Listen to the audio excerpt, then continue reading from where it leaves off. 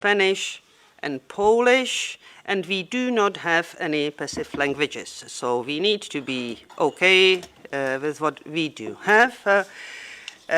So let me start by actually thanking also all of you again for yesterday's very active and very nice and intensive meeting, for our guest speakers. Just to tell you, we spent the whole day on the cost of living crisis. So different angles, different speakers, actually trying to find out, coordinate our approaches, because we are going to be preparing actually all the sections, cost of living crisis opinion and one umbrella opinion. So I would say very complex approach to this issue, which is very much on the agenda of all of us. So in a way, today's meeting and today's focus on the collective bargaining and presentation of the different studies, including our own Group 2 study on collective bargaining. It's just, very direct and very clear link, because collective bargaining definitely is one of, or I would say the most important, most powerful tool for us to deal with the different impacts and aspects of the cost of living crisis. I mean, it's quite well known, but it deserves to be repeated that a definitely high collective bargaining coverage is very much linked and goes hand in hand with lower levels of wage inequality.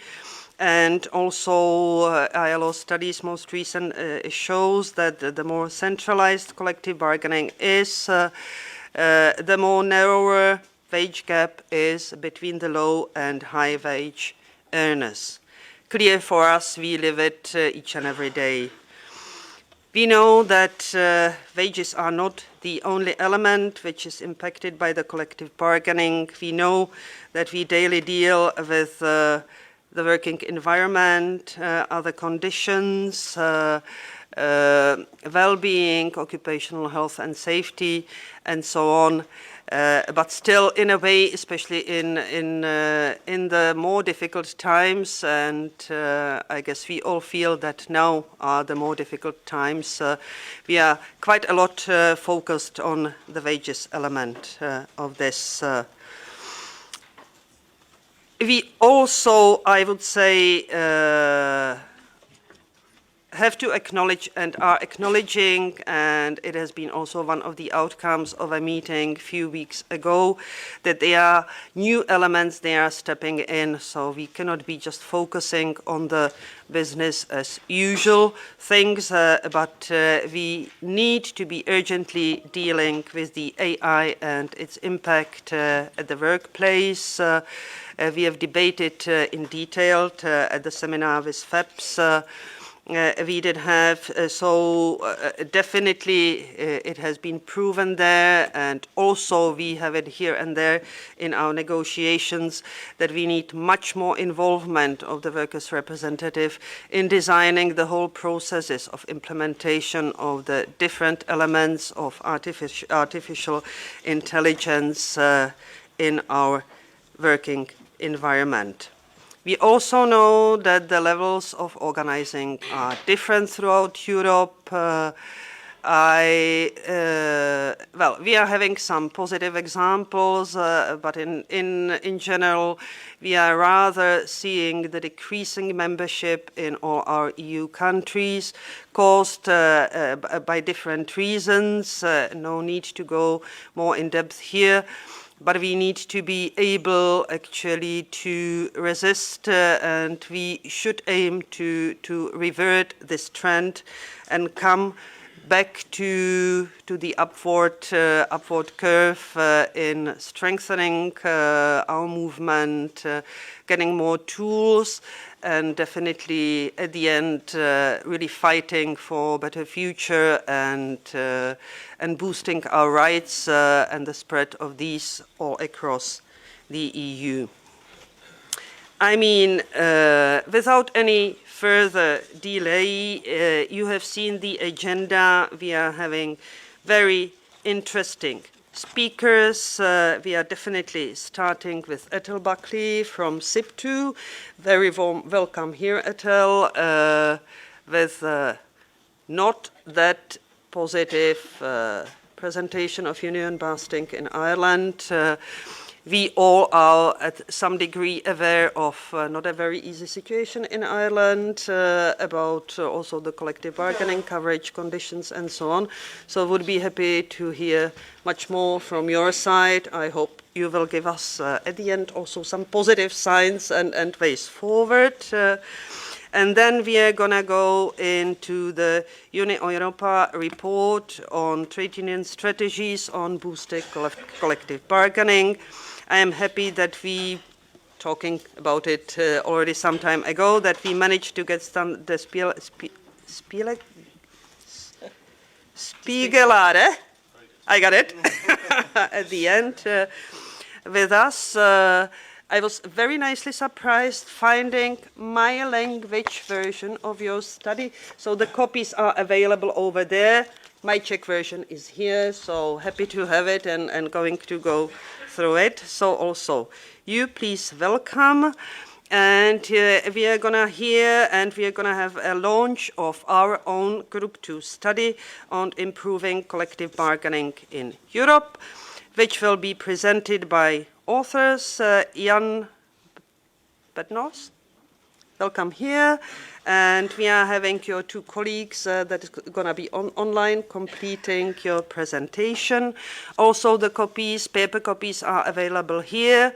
I mean, that's one part of the story. Second part of the story, which we didn't print, are the annexes and the country cases, which are extremely interesting. And I encourage all of you actually to go for it. As you will get the presentations, you will also get the studies and the link to the online version of our study.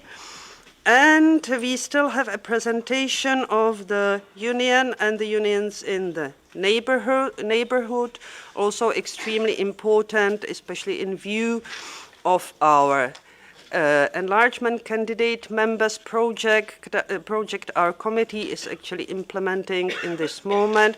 But we know the best that it's not just important what's going on in our own workplace or in our own region or on the national level, on the European level, but that the different aspects, elements and influences on whichever trade unionist or whichever trade union organization in the world could have a real and direct impact on us. So also happy to have this, but definitely let's start with Ethel. You've got the floor.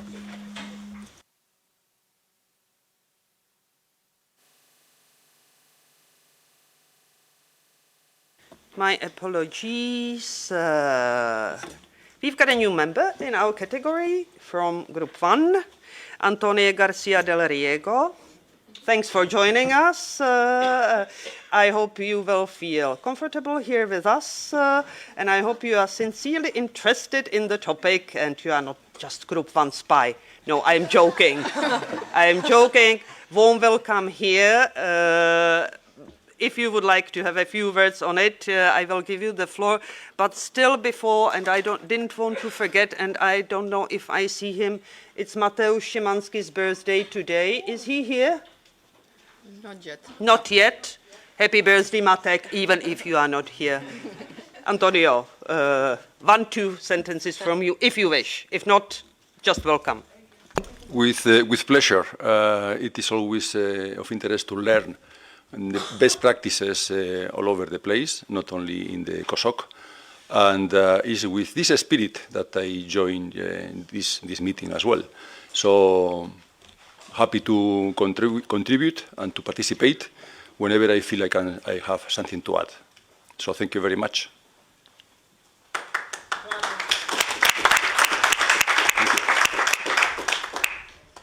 Thanks and welcome again. So without any further delay, Ethel, the floor is yours.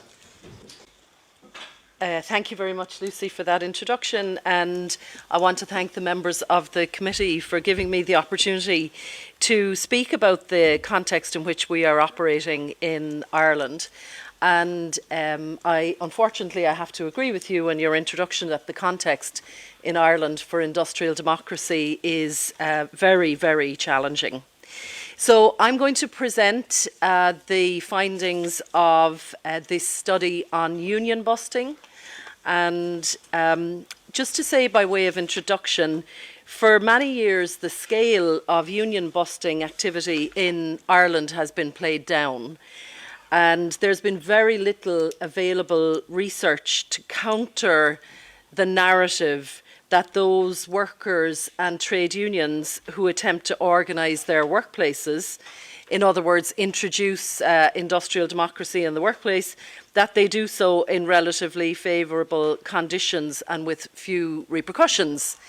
And I'm a trade union organiser working in the strongest union in Ireland, the largest union, a general union, operating across the private and public sector in many, over 20 industries in both jurisdictions on the island.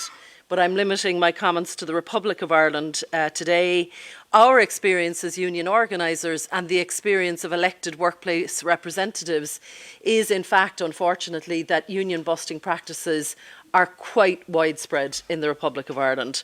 But the perception beyond the trade union movement, I think, is that maybe this is something that happens in the United States of America mainly, or, you know, that is associated with particularly high-profile organising drives in global corporations. But in fact, our experience is that union busting can happen even in small indigenous Irish firms. So this research, we would say, is groundbreaking. We call it Respect at Work. And it was conducted with the assistance of researchers at Queen's University in Belfast, which is an exemplary university in Northern Ireland. And it provides evidence for the first time about just how widespread the problem is and how damaging its impact can be on workers who attempt to introduce industrial democracy. So the study finds that among a sample of union activists, and we're going to go to the first slide here, a sample of union activists, a clear majority of the 159 workplace representatives, elected workplace representatives who took place in the study, a clear majority of them had in fact personally experienced union busting tactics when attempting to organise their workplace or to act as workplace representatives. And by a similarly wide margin, these workers said that union busting tactics had detrimental consequences for them and their mental health. And I suppose we are increasingly aware and active as trade union organisers on the issue of the psychosocial effects of workplace practices and labour practices. The study was conducted by my own union, SIPTU, but also in conjunction with 3 other trade unions. These unions operate in the private sector only. My union is a general union, the Communication Workers Union operating in postal and telecoms, mainly the Financial Services Union in banking and fintech, and Mandate Trade Union primarily in retail. So, taken together, we would argue that these findings provide firm evidence of both the scale and the impact of union busting in the Republic of Ireland, and they raise the question of whether workers who try to unionise are offered adequate protections and rights under the law. And at the very end, Lucy, I'm going to come back to this point because I'm going to place it in the context of the European Directive on Adequate Minimum Wages, particularly Article 4 of that directive, and also the national action plans that certain member states are now required to put in place next year in 2025.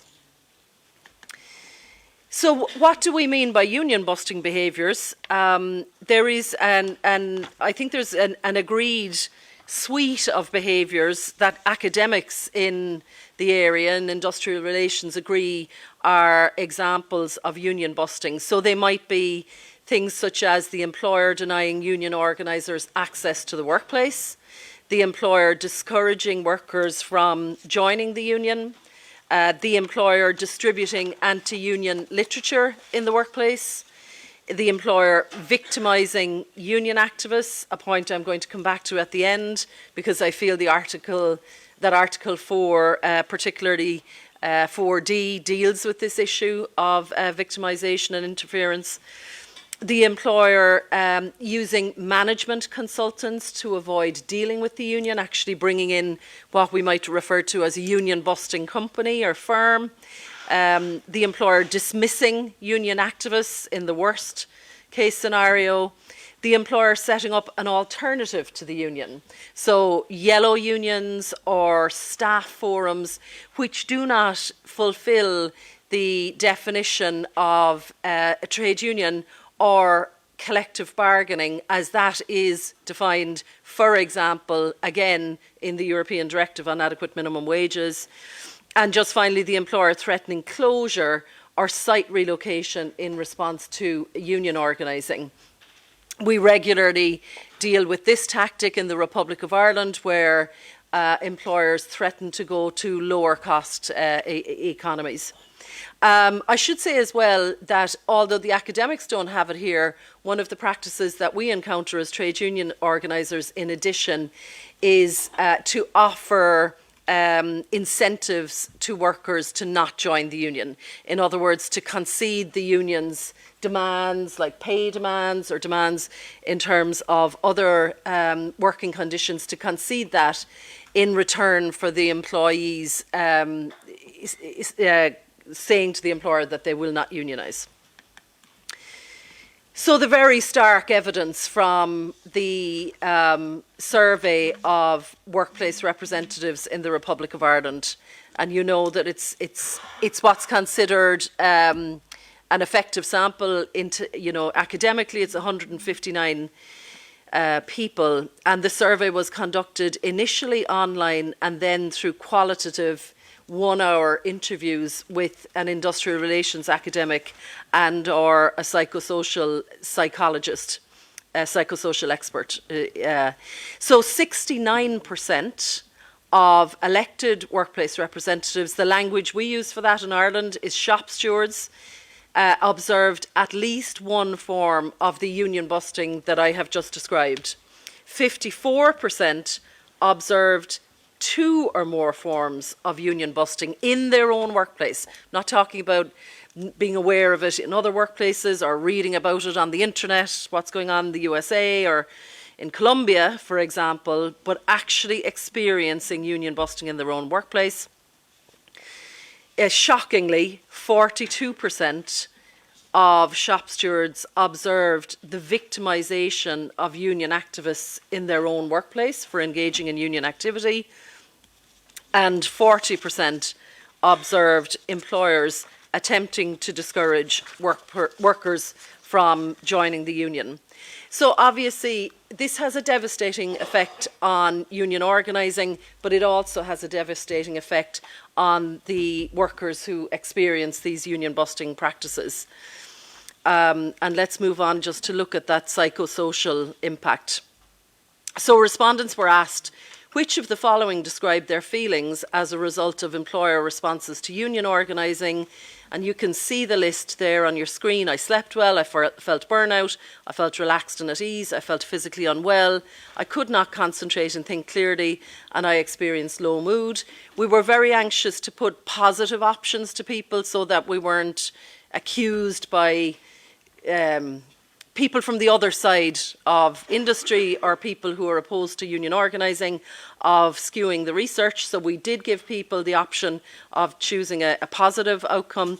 But in fact, as I suppose, as you might expect from the level of union busting, 43% of those interviewed reported that their well-being was definitely influenced, that it had an impact markedly or severely by their employers' responses to union organising. And they said that burnout, low mood and difficulty relaxing were the most common negative well-being outcomes. Can I just say that in speaking to the researchers as well, they said that one of the issues that they were surprised by in the hour-long qualitative interviews was the impact on family relationships that union busting had. and union workplace representatives maybe being encouraged or even sometimes coming under pressure from family members to step away from their union activity because of the impact that it was having on them and their family life. So I'm just going to finish this part of the presentation with a quote that I think is quite representative of the experience of workplace representatives who have experienced union busting, and that is, a lot of employees were terrified of joining the union in case they would be bullied by management or that management would find a reason to fire them. So finally, what's the context in which I make this presentation? Members of the committee, I'm sure, know that the 15th of November just passed was the date on which certain member states with less than 80% collective bargaining coverage were required to transpose the directive to which I've referred on adequate minimum wages.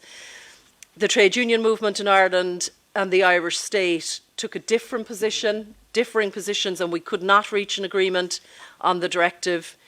The trade union movement very firmly believed that in order to transpose the directive, particularly Article 4, C and D, in relation to interference by employers in union organising and in relation to the protection of workplace representatives, that the Irish state does not have the laws and protections in place to actually effectively do that. And we argued that new legislation was required to transpose the directive, and the government disagreed with us and has not introduced legislation to transpose the directive. So effectively the position of the Irish Congress of Trade Unions, we have one confederation in Ireland. In both jurisdictions, our position in the confederation is the Irish government has failed to transpose the directive. It's a big statement to make, but it is the official position of the Irish Congress of Trade Unions and of my trade union, SIPTU.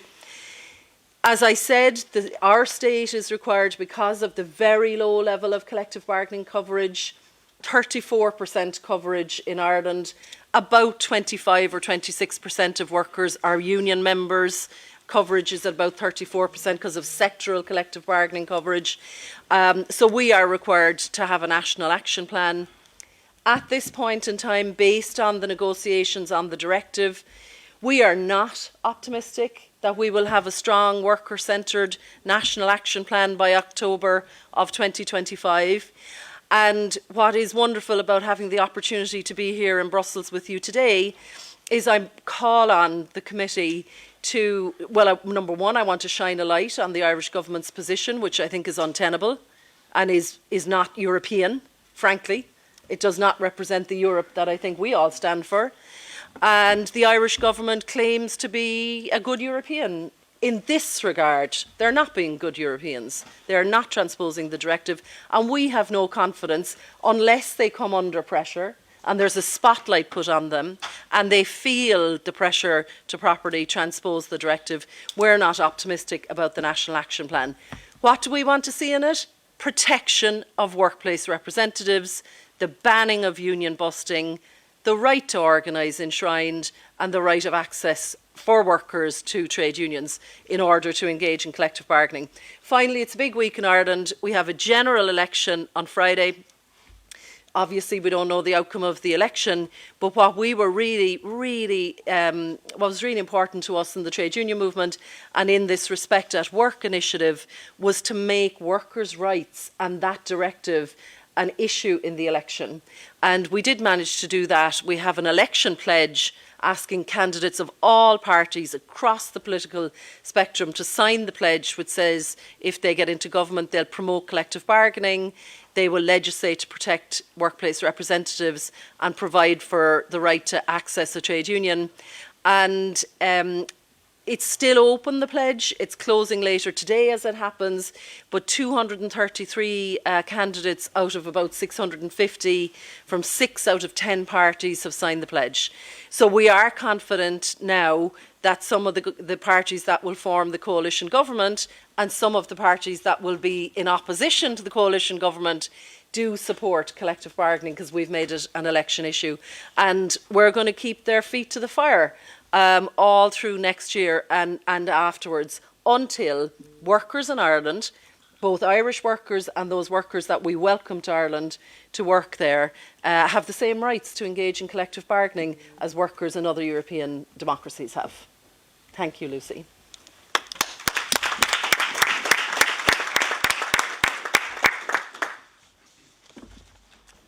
Thank you very much, Ethel. I mean, we hear from our colleagues, and Czech is very good in transmitting, the Irish reality with us, but also through the ETUC, that it's not an easy situation, definitely. So let me just reflect before opening the questions and answers part of this session. Actually, in all our countries, we all are facing, in a way or another, some of the elements of union busting you have mentioned. No? No translation into? Italian. Into Italian and French. So I try to keep talking, and let's hope it could be recovered. Is it okay for French now? What about Italian, Cinzia? Okay. Yep. Lovely. Thanks for letting me know. So some of the elements, or all our trade unions, or we all are facing, but in a way, unless someone puts it on the table and on the slide and we can see it, I mean, that's for us to realize, there's a different intensity, different specificities used, in the different contexts. I mean, the whole chapter would be the multinational companies and their operation throughout Europe, from different backgrounds, bringing their own traditions, very often not respecting the legislation either in the EU as such or in the concrete national state. We could spend, 2 days debating this. But in a way, also what is interesting, slightly shocking for me, that Ireland just decides not to transpose the directive on the minimum wage and collective bargaining, because both the parts are extremely important for all of us. In a way, we did have much more hopes in the minimum wage part of it. I would say the creativity and flexibility in the transposition, as the deadline just passed last week, 15th of November.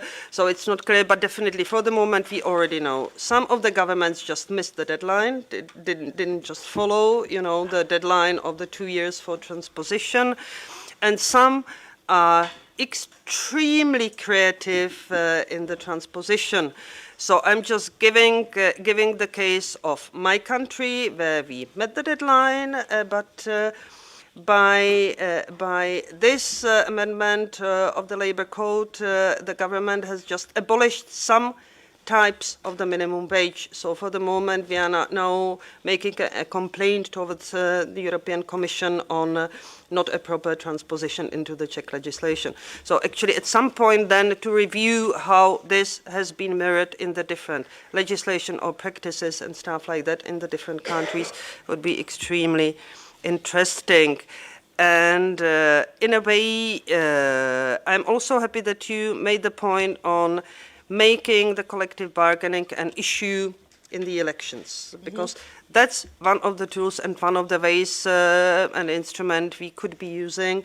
And partly we try to do it also with the European elections and with the commissioners, actually, to them to commit to some steps, approaches, and some promises on some legislative, non-legislative instruments to be made, because that's what we should be aiming to, improving the lives. But definitely, now is the time, and we've got quite a nice, still space for debate. So who is asking for the floor on this issue?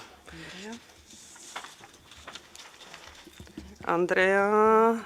I've got Czech, I've got Claude, Cinzia.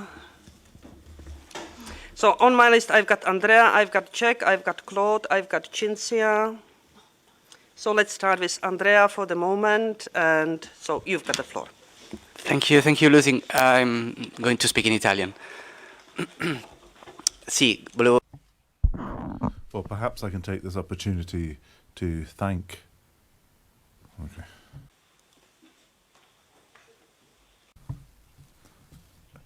Okay, so I wanted to start by thanking our colleague from the Irish Trades Union. I have a question, just one, because I want to make sure that other colleagues have an opportunity to talk. What union strategies, and do you have different strategies to try and promote collective bargaining at company level and at sector level? Now, we know that the directive on minimum wages clearly talks about coverage, which is intended to be applied at a sector-by-sector basis. So what is your strategy? Of course, Ireland has a long tradition of company-level agreements. So what trade unions strategies do you have for these different approaches? Because a lot of the issues we've seen, particularly when it comes to union busting and problems we have at worker level, are actually issues which occur at company level. So if there was more sector level coverage, well, then these companies might in some way be forced, if I could, to guarantee workers' rights. So I'm wondering what your strategies are for these two different types of agreement. Thank you very much, Andrea. Jack, please go ahead. Yes, well, thank you, Lucy. I was debating whether I should say anything, and I know you probably saying I wish you had decided otherwise, but well, I want to welcome Ethel, who I've known for a long time, to our meeting here, and to thank her for the presentation. Just to say a few things to you, all of you colleagues, and indeed everybody here. I have been a member of the union since 1974, and giving away my age now. When I joined the union, more than 6 out of every 10 people who went to work in Ireland were trade union members. And the trade union movement had a high standing in society because we had been a key player in the national liberation struggle that took place a generation and a half previously, or 2 generations previously. But when I joined the union, there were just about 1 million people at work in Ireland, in the Republic of Ireland. Now there are 2.7 million people at work, and a bit more than 1 in 4. We sometimes like to say 1 in 3, but it's not true, are trade union members, and that percentage is declining. Time doesn't permit me to explain all the reasons why, but throughout my life, and I've been active in the trade union movement, I suppose I've done some activity of some kind every day in all those years. Some of it wasn't that constructive, but nonetheless, if I was doing it again, I would do it differently. But one thing that one of the reasons, and this is important for everyone who is committed not just to trade unionism, but to industrial democracy and to democracy itself, to our European model and all that it entails. One thing that stands out remarkably in my experience is that throughout all of those years, the trade union movement, with 1 or 2 honourable exceptions, has been at pains not to be seen to be identified with the political party or parties who are most committed to upholding their interests. The only time they ever arrived in all that time to talk to the party that is most committed to their interests is the day after a general election when the figures showed that they held the balance of power and that they were likely to be in the next government.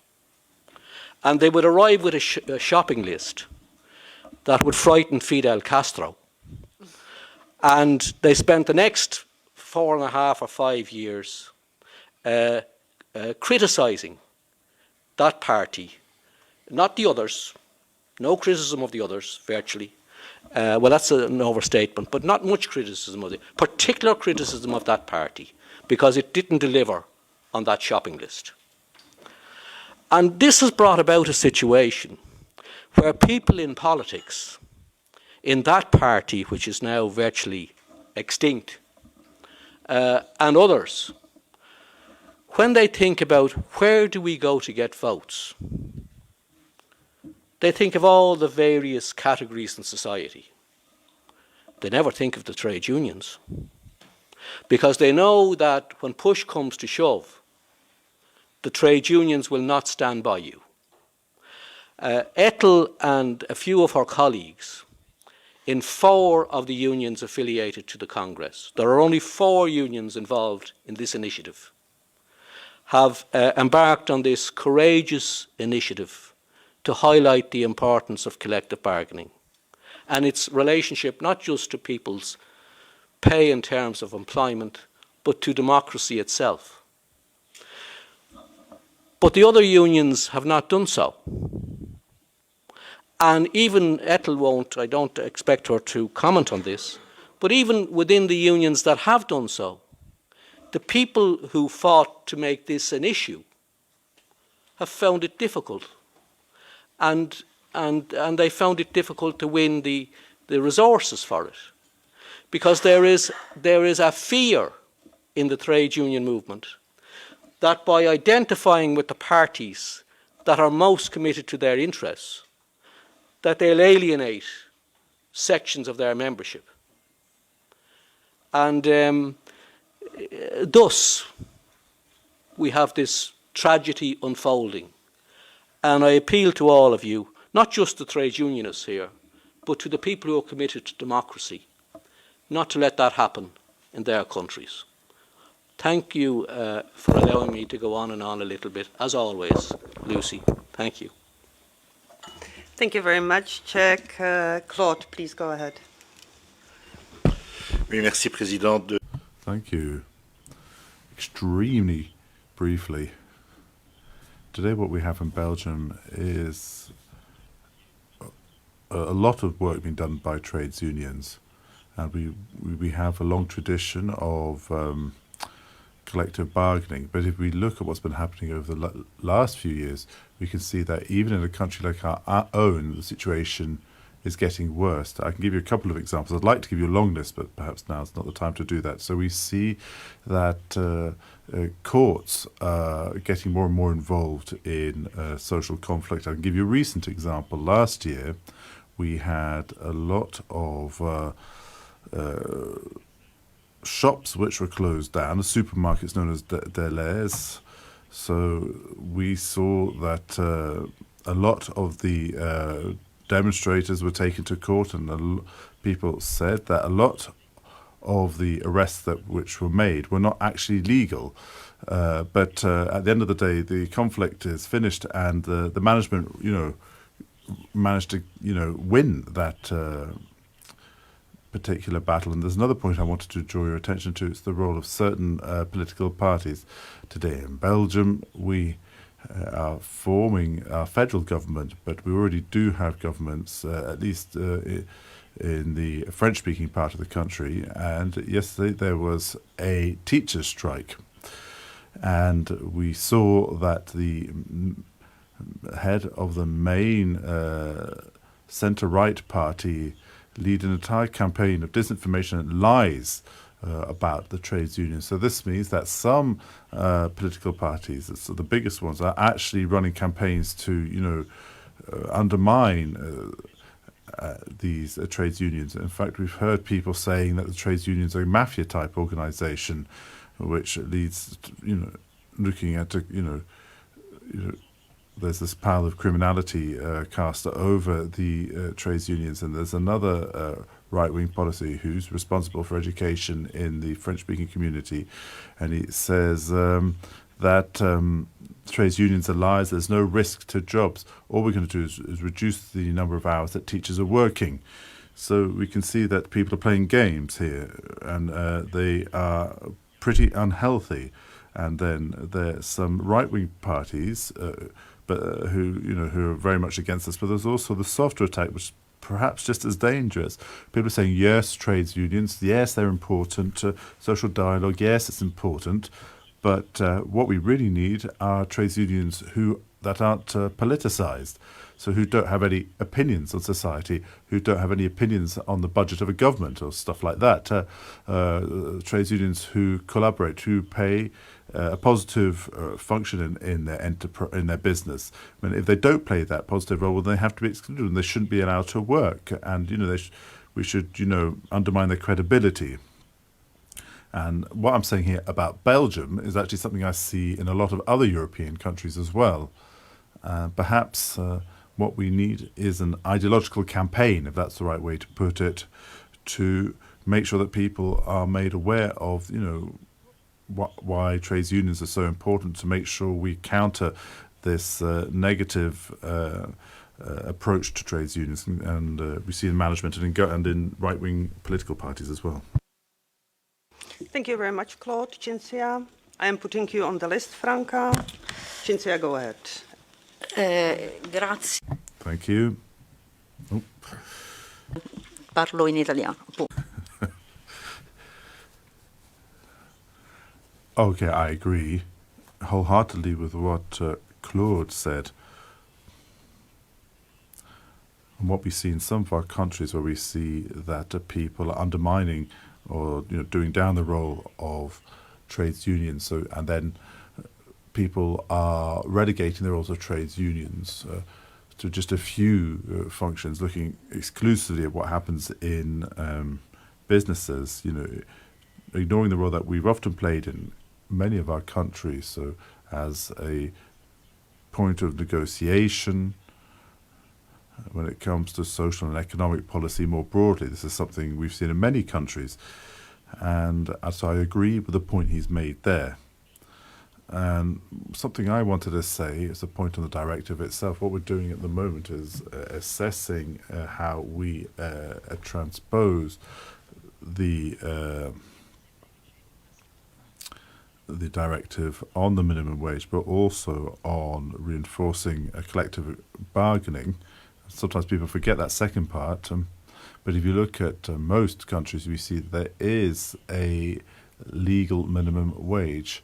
And then what happens is that governments are only adopting or transposing part of the directive. They feel fine because they have this legal minimum wage, they don't actually need to implement the second part of the directive, and that is how we make sure we increase the coverage of collective agreements. So what we've seen in many countries is that governments are saying, actually, no, we don't need to intervene because we already do have a minimum wage. So this is something all of us need to look at closely when it comes to the transposition of this directive. I have a question for Ethel.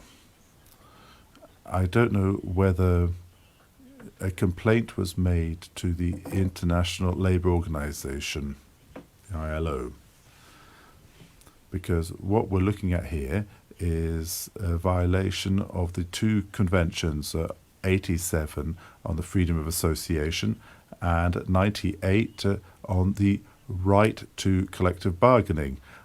Ireland is a member of the ILO, so these are all, I think you seem to have everything there to be able to bring some strong pressure to bear with the experts group and the Committee of the Application of Standards. They can come forward with a complaint, and then you can have a response, a clear response in the plenary of the ILO towards the Irish government. I think this is another tool which you might be able to use. Thank you very much, Cinzia. Franca, please go ahead. Oui, merci Lucie. Bonjour. Hello. I'll speak French, and I'm sorry for being a little late. I had something to deal with. I'd like to say something, and then say something else, and then look a little bit at how we can move forward. In France, we've haven't had a government under Macron who's been helping the trades union. We had all sorts of movements. We had all sorts of populist type movements. We had the Gilets jaunes, for example.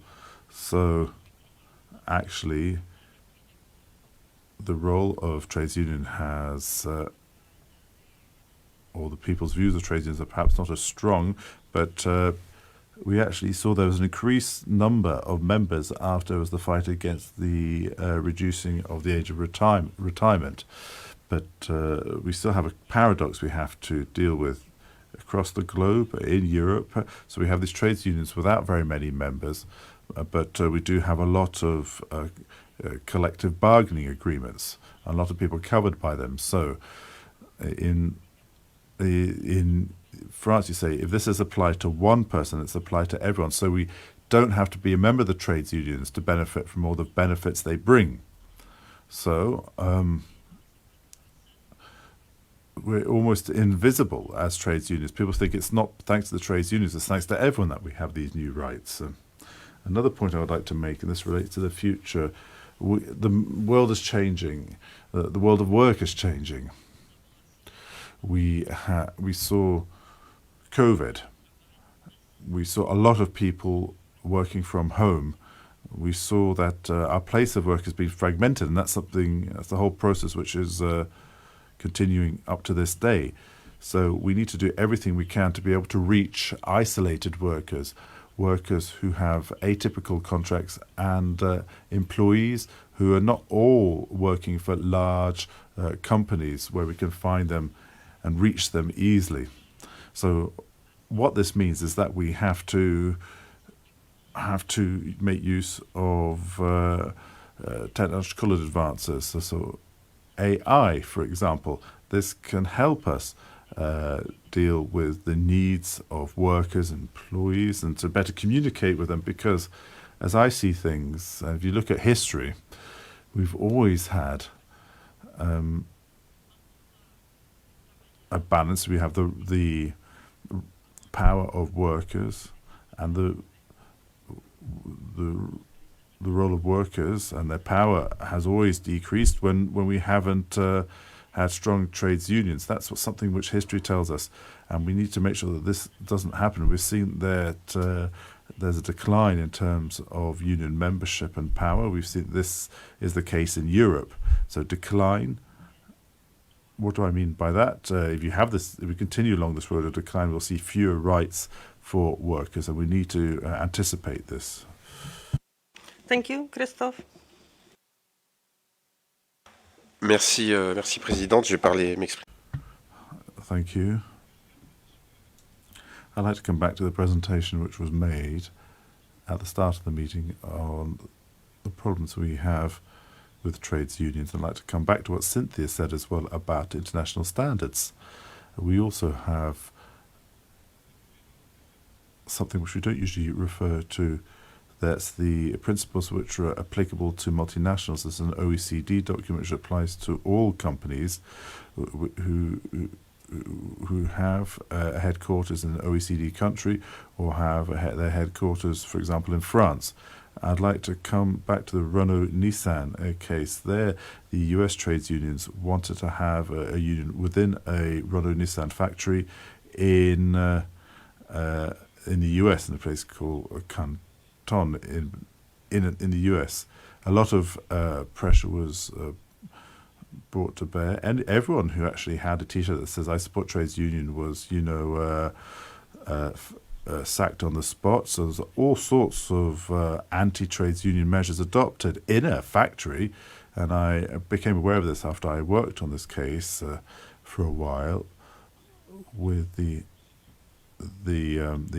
advisory committee to the OECD, we saw that the director of the factory was actually a Frenchman who had actually run a Renault factory in France. So, in theory, he was perfectly aware of what a trades union is and what trades union, commitment means, at least in France. So, Renault Nissan is actually owned by the French state. They have a controlling share. So, we found ourselves in a situation, therefore, where the French state was actually unable to make sure that Renault Nissan applied the rules which do apply to multinationals, which do oblige multinationals to respect ILO rules and other international standards. And they refused to put pressure on the group. What I'm wondering is, well, we talk about the ILO, but making complaints to the ILO, but we don't have any other trade unions. We have the WTO for trade. They have their own tribunal to deal with disputes in international trade. But we don't have a similar tool at international level which allows us to, rule in this way, as, for example, the European Court of Justice might be able to do under other circumstances. Thank you. Thank you very much. Okay, there were really some questions, some comments made to you, Ethel. I would probably still add a few from my side. In a way, can you see with this union busting intensity in Ireland, this to be stable, being on increase, being influenced by whatsoever, so which is the tendency in this negative element within your industrial relations system? How are we? The second one on the multinationals, I have been mentioning at the very beginning. Let's take the latest really extremely visible example of Elon Musk Tesla plant in Sweden. And the strike going on not having collective bargaining concluded. It's over a year already, if I'm not mistaken. We are not moving anywhere there, and it's definitely neglecting the practices of the industrial relations here in Europe, in Sweden concretely, So this is the bringing my own practices into an environment and non-respecting actually legislative, non-legislative, traditional, social partners arrangements actually on the spot. Still, just for your information, we have just launched a study actually on the state of play on the European Pillar of Social Rights, where we gonna be reviewing or investigating several elements of the action plan, including some of the directives. So especially with the minimum wage, we're going to be looking on the implementation, enforcement, and potentially identifying some legislative gaps that could be seen here and there. Definitely, we can see that Ireland should be in the spotlight also, as an example. And also to tell you that we're going to be launching an own initiative opinion of Group 2 on the action plan on the implementation of the European Pillar of Social Rights, as the Commission should do an evaluation and come up with a new action plan. So we would like to be really prepared and anticipating what we would like to see, also taking into consideration the development throughout the last European Commission cycle. But back to you, Ethel, you've got some 10 minutes to respond to the different comments that have been made here. Thank you. And thank you to the members of the committee for such an engaged response to my presentation, and for the advice and for the specific questions, which I'm going to address the questions now. So the first question in relation to the tactics of the Irish movement, and I think the question was around the difference between organising a trade union at an enterprise level, company level, and at a sectoral level, and what are the various strategies around that and its implications for union busting? I think that was the question. And it really goes to the heart, actually. It's a really smart question because it goes to the heart of a lot of the tactical discussions that we have been having within the 4 unions that Jack O'Connor referred to. And I have to say that unions who organise, particularly in the private sector, but not just the public sector in Ireland, have different tactical positions on this. So I'm just going to speak about SIPTU's position. And SIPTU's position is we engage extensively in enterprise-based firm-level bargaining. And I think it's particularly interesting, the model of firm-level industrial democracy that we spread through union organisation across the foreign direct investment multinational sector. So Ireland's small country, very exposed to the global industry, very globalised country, and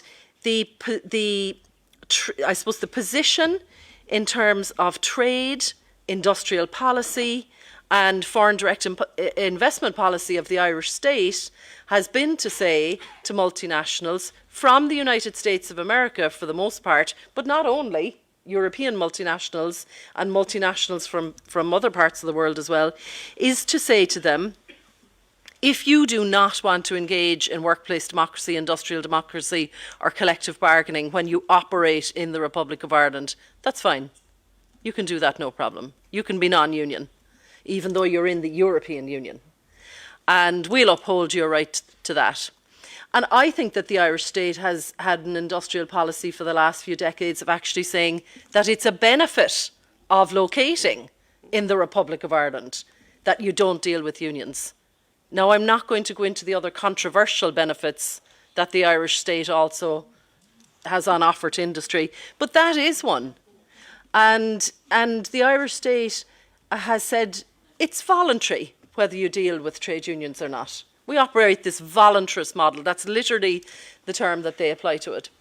So that provides us with a really difficult context, because in the Republic of Ireland there is no statutory right to engage in collective bargaining, and there is no statutory right to have your trade union recognised, and that's even if the majority of workers in the bargaining unit have joined the union, voted for the union, want to be collectively represented. There is no way to vindicate that legally in Ireland.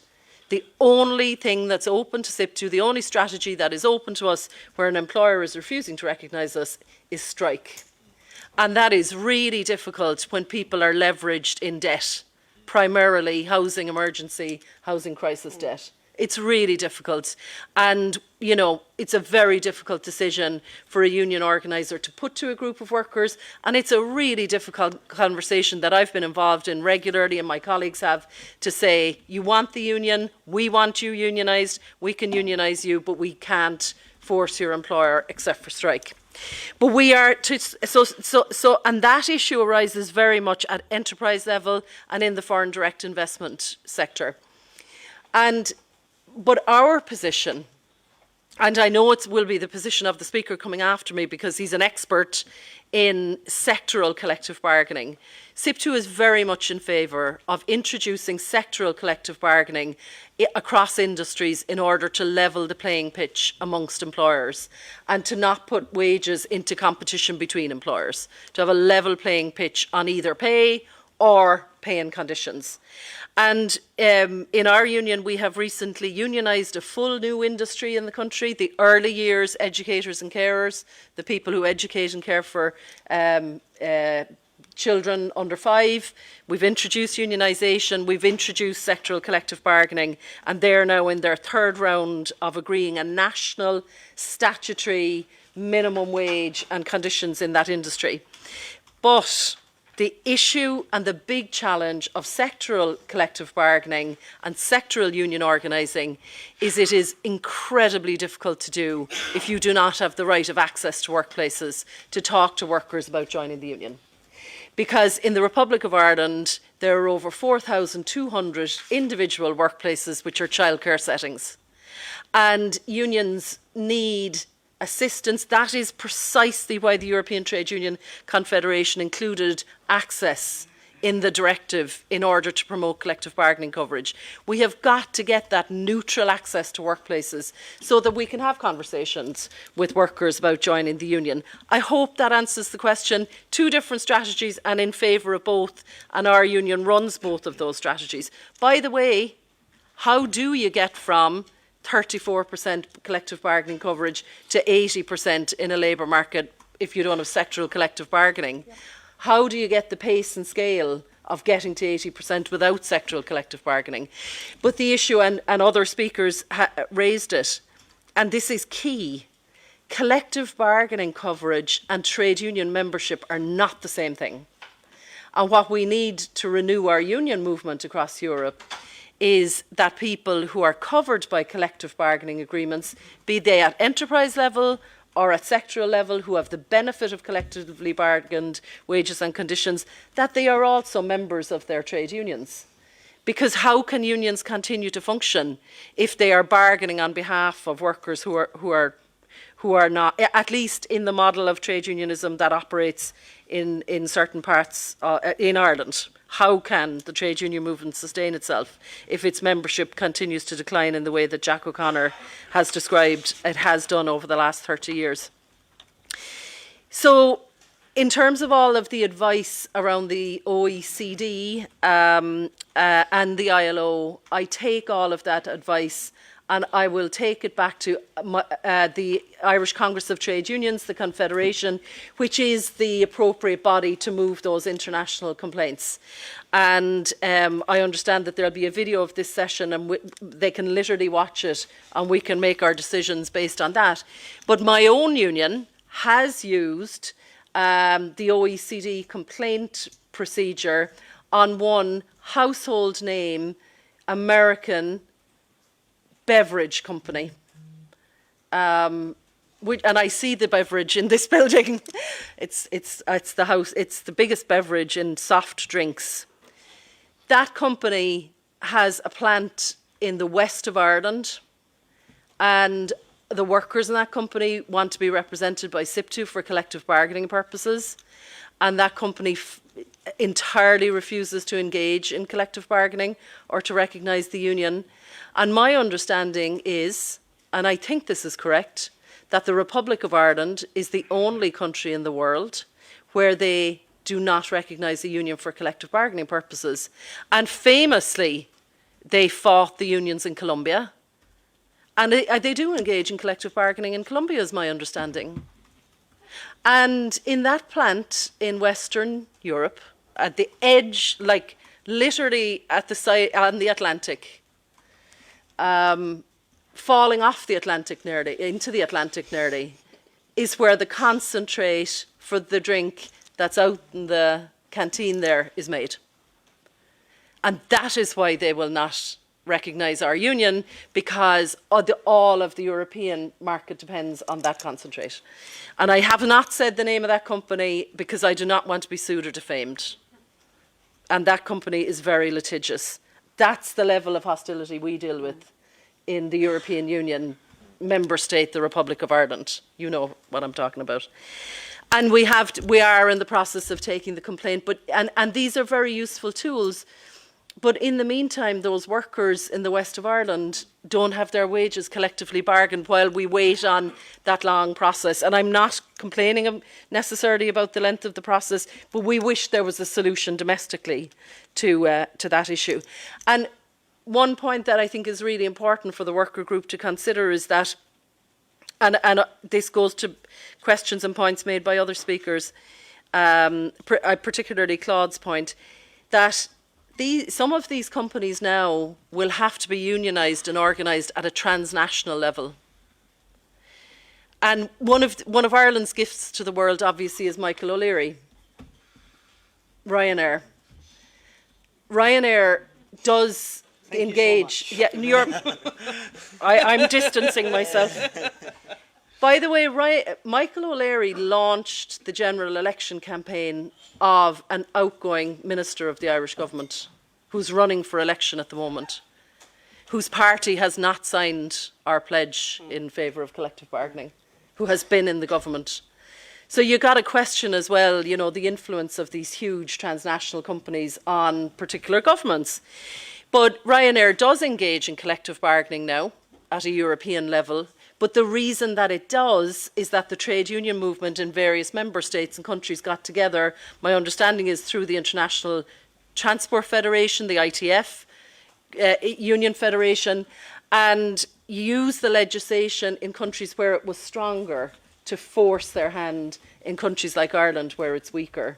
And you saw countries like Spain in particular, is my recollection, using their leverage of their legislation to force him to the bargaining table. But he wouldn't have come to the bargaining table in Ireland because he wouldn't have had to, right? That's the reality of it. And, you know, that company makes an absolute fortune in the European market. I'm sure other people feel the same way as I do about that company and about him. But that is what we're dealing with in Ireland. So I'm 1 minute from my 10 minutes and I don't want to eat into the time of the other speakers. So I just want to thank everybody for your careful attention.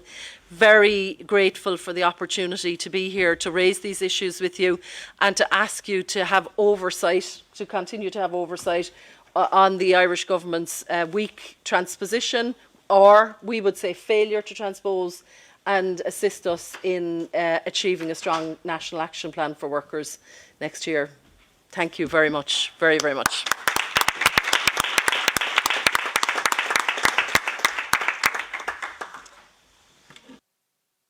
Thank you very much, Ethel. Actually, I'm not going to develop too further on this, but what is clear is that in the different concrete situations, we need to use the different tools we are having at our disposal, which is from the supranational organizations, because all the civilized countries, and still Ireland is a civilized country, although it doesn't look like from your today's presentation that much.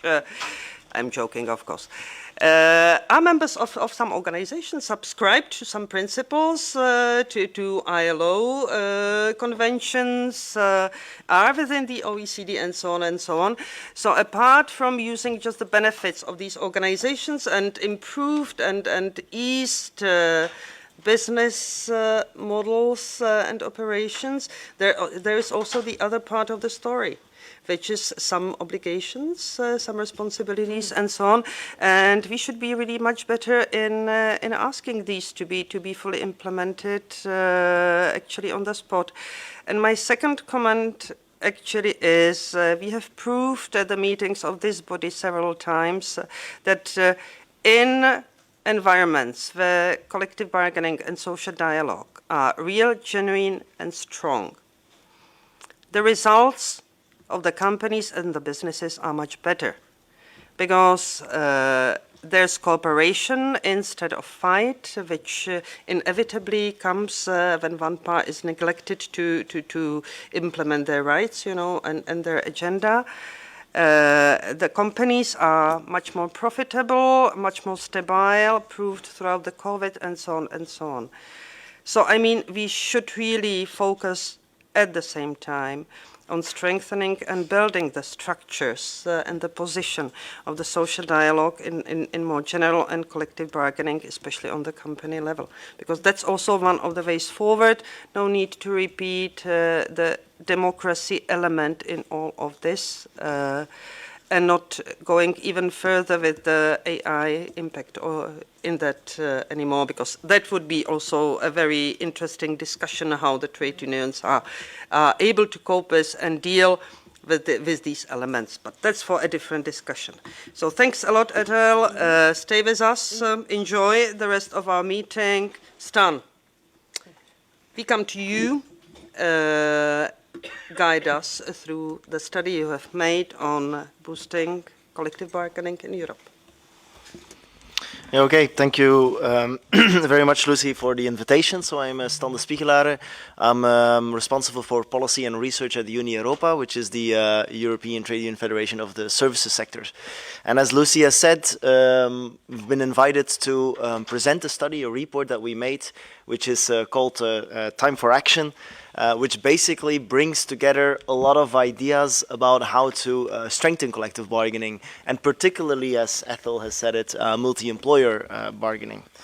The report is basically, what we've done is we've asked 20 experts of different European countries to think about how to strengthen collective bargaining in their specific country. So we had a Belgian talking about Belgian collective bargaining, a Czech talking about Czech collective bargaining, Romanian talking about Romanian collective bargaining. But our approach was, okay, we want to learn from this, we want to bring this together and see what the Polish can learn from the Belgians, what the Belgians can learn from the Czech, and what the Hungarians can learn from the Spanish. And this is all made in this report, which there's a couple of copies there. But before I give you a little bit of an overview of an idea of what is in the study, I'm a researcher, so I am obliged to give you at least two graphs, which I will present right now. I don't think I will present right now because I think this is another presentation that is online. Anyway, so I will present the graphs basically verbally. The first thing that I wanted to say, using one of the graphs that is in the report, is that what we see if we look at the European Union and collective bargaining is that multi-employer bargaining is a necessary condition to get to 80% collective bargaining. If you look at all the countries over the European Union, all of them that have 80% collective bargaining coverage have a sort of multi-employer bargaining. However, it's not a sufficient condition. And I think this links very well with what Ethel has just said. It's not because you have multi-employer bargaining that by definition you have more than 80%. You need also a different kind of policy incentive, this a different kind of structure to make sure that you have an 80% collective bargaining coverage. If you look at collective bargaining coverage over the different countries, there's a second thing that we can learn, is that the diversity in Europe is quite big. You have some countries like Austria, Belgium, Italy, where you have roughly 100% collective bargaining coverage. You have other countries like, I'm going to look at it, Poland, Greece, Lithuania, Estonia, where you have less than 25% coverage. Obviously, there will be not one solution, one size fits all solution for all these countries at the same time.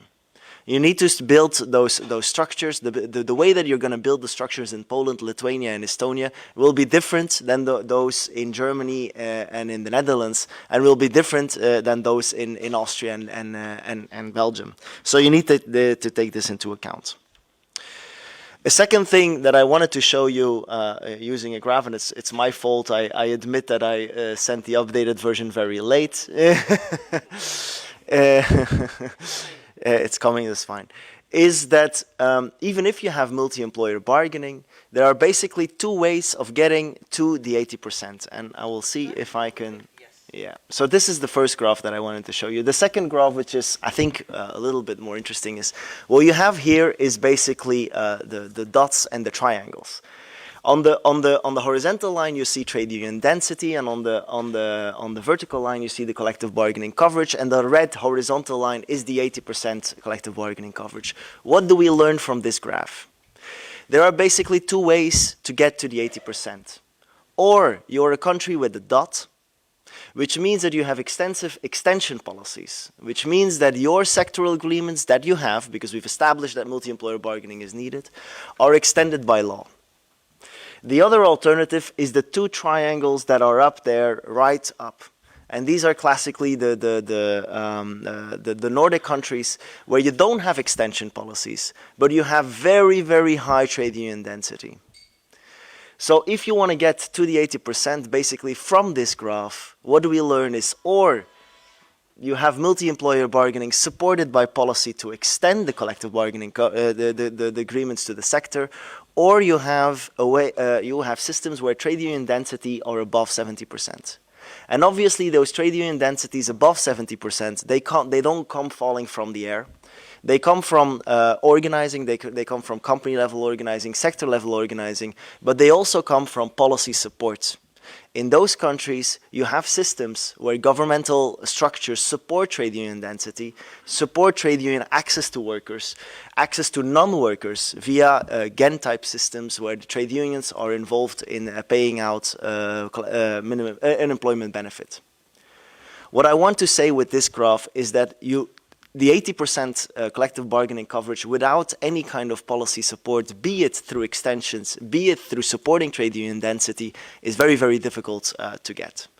So that's why we've asked those experts to look at how can policy promote collective bargaining to feed into the debate on the national action plans. The strategy on the national action plans, we've taken that from a classic model which I really like, which is called the garbage can model of political decision making. Basically, the garbage can model, what does it say? It says it's not like this that you have a problem, then you have a kind of an opportunity, you find a solution, and then you will get the result. No, the garbage can model says what you need is some kind of a problem, some kind of an opportunity, a lot of solutions, a lot of decision makers. You shake it in the garbage can, and then you see what comes out. Which kind of connection between problem, solution, decision maker, and opportunity comes out. Currently, in the garbage can of collective bargaining, we have a clear problem. Collective bargaining density has been declining over the decennia, and you know it much better than I do. We have a clear opportunity. We have the minimum wage directive. We have a necessity of the civil servants and of the social partners in most of the European countries to think about supporting collective bargaining. And what we wanted to do with this report is we wanted to throw in a lot of solutions. Here are a lot of ideas of how to promote collective bargaining, and we can only hope, and this is our role, this is also your role, that the next thing that will go into the garbage can is decision makers with political will that connect the problems to the solutions, and that we can get actual strengthened collective bargaining. Now, what have we come up with? Those 20 experts that have given all kinds of ideas, we've tried to model it a little bit, try to make some sense of the hundreds of ideas that we have gotten. And the way that we've structured is like this. We have policy solutions, policy proposals that strengthen the actors in collective bargaining, so the trade unions and the employers organizations. We have a certain amount of solutions that look at the collective bargaining process. So once those two actors are in the room making an agreement, how can we smoothen the process of collective bargaining? And we have a number of solutions that are focusing on the effect of the collective agreements. Once there is a collective agreement, how do we make sure that it applies to a lot of people that's being implemented? And last but not least, we have a lot of policy solutions that are referring to the culture. And I think this is very important. We love to talk about structure. We love to talk about rules and all this kind of stuff. But if you look at a lot of the literature, the culture of a country, the culture of how deeply implemented social dialogue is and collective bargaining and all this kind of stuff is also of importance. I'm not going to go through all the ideas. I'm just going to give you a little bit of an idea of what some of the ideas that are in the report are included.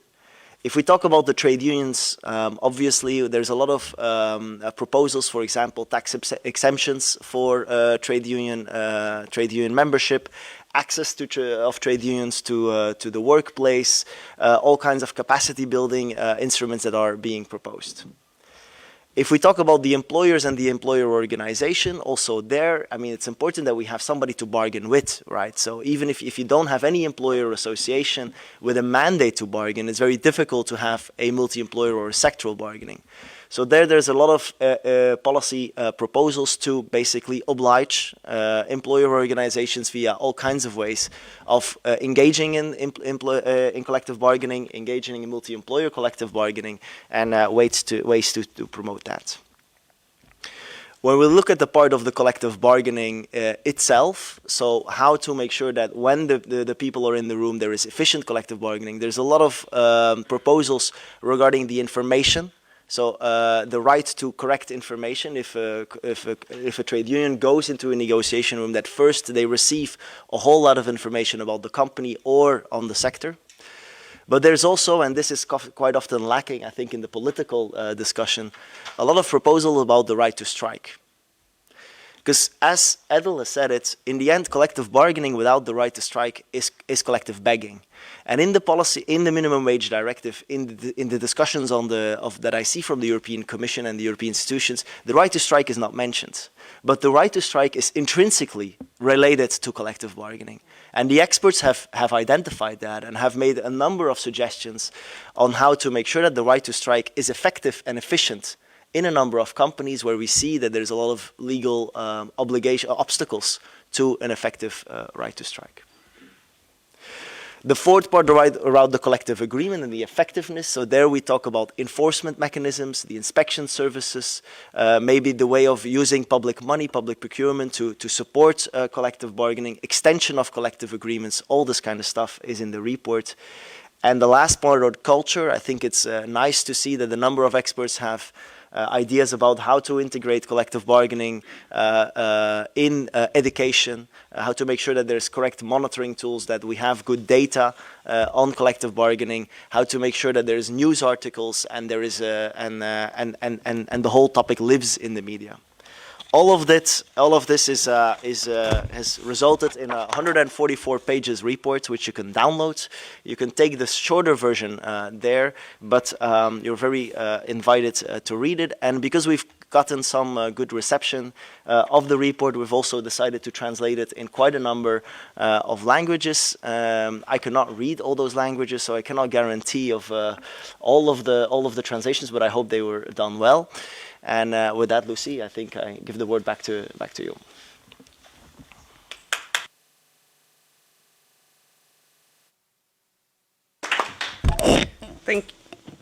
Sorry to the interpreters, I do better next time.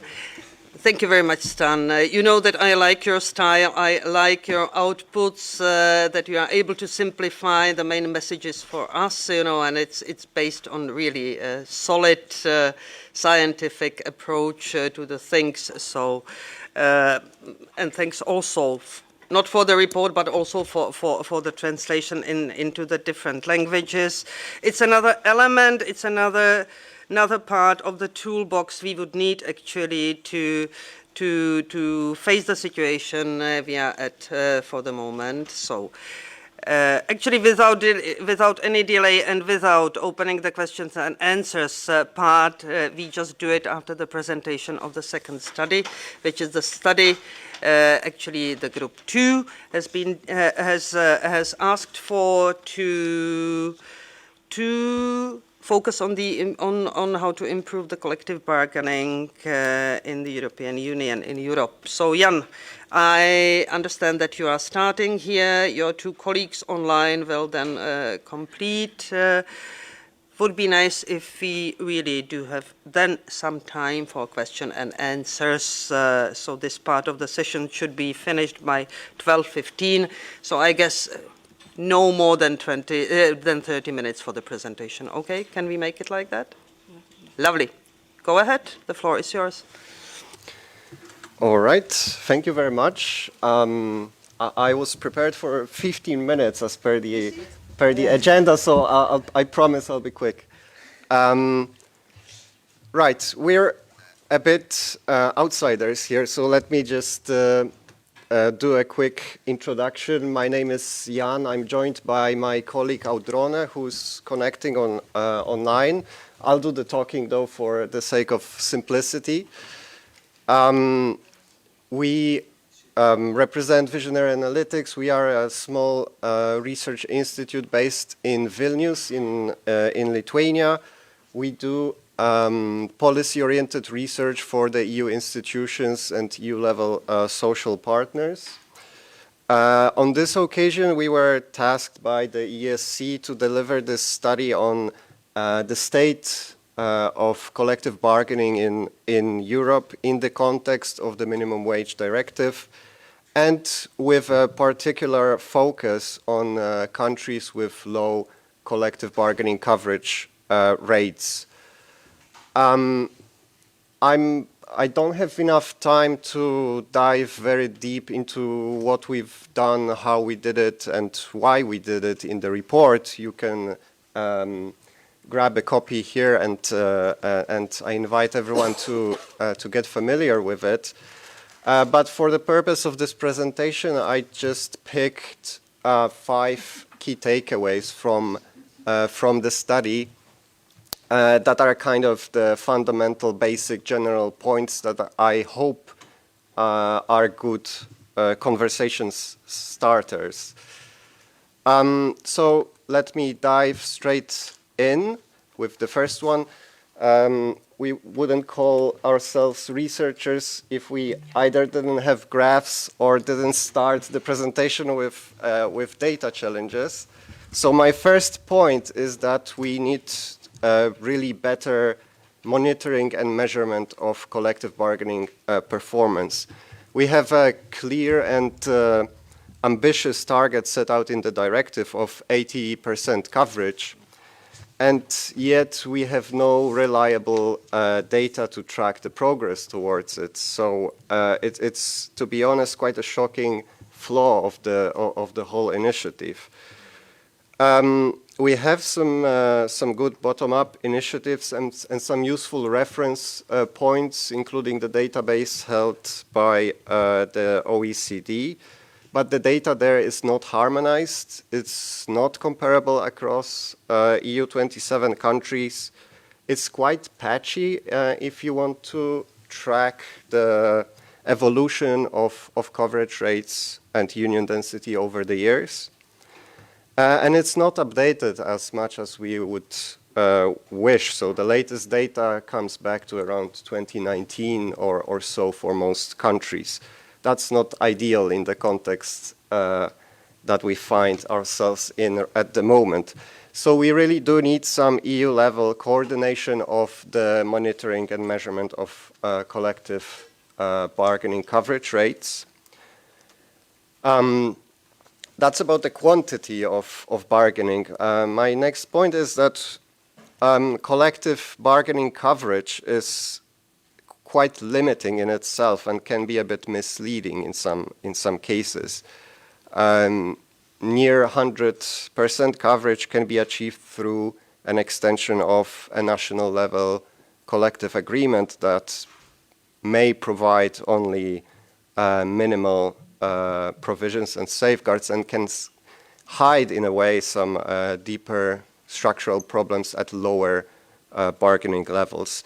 These purely quantitative targets can also encourage some solutions to, in a way, artificially boost the coverage rate. So in the countries we studied, we saw some examples of, for example, the expansion of the definition of collective bargaining agreement to include some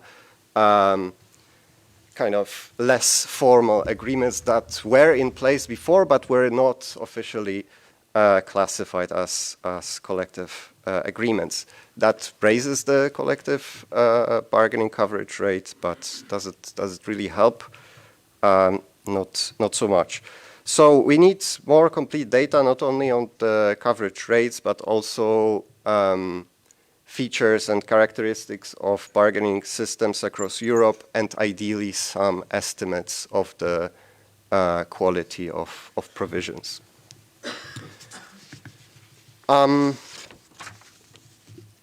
Right, the second point is really about the value bargaining brings for the both sides. We really want to stress that markets and institutions must be designed in a way that incentivizes collective negotiations, and that means offering some value for both employees and employers. On the employee side, this means that some important aspects of terms and conditions of employment must be subject to collective bargaining. For employers, it means we need some inbuilt incentives, such as, for example, sectoral funds. I think Stan also mentions tax incentives to encourage participation in negotiation processes. So all in all, both sides need something to gain from bargaining, and we need relatively high stakes for the parties to come to the table.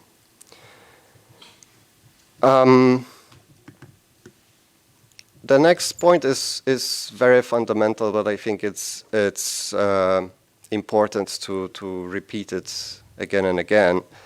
At the minimum, legal frameworks for collective bargaining must be enforced. Cases of union busting, but also some sort of grey practices that were reported to us in several countries, such as employers associating in NGOs or entities that are not legally obliged to participate in negotiations. Practices like this must be curbed. And then secondly, the frameworks must evolve based on consensus. Probably the most striking examples are Greece and Romania, where we saw how easily a unilateral dismantling of collective bargaining systems can occur, causing some long-term damages to the institution of collective bargaining itself. So in the future, these major policy changes must be really discussed and agreed with social partners. And perhaps there is also the role of EU institutions in safeguarding the legal frameworks that protect collective bargaining.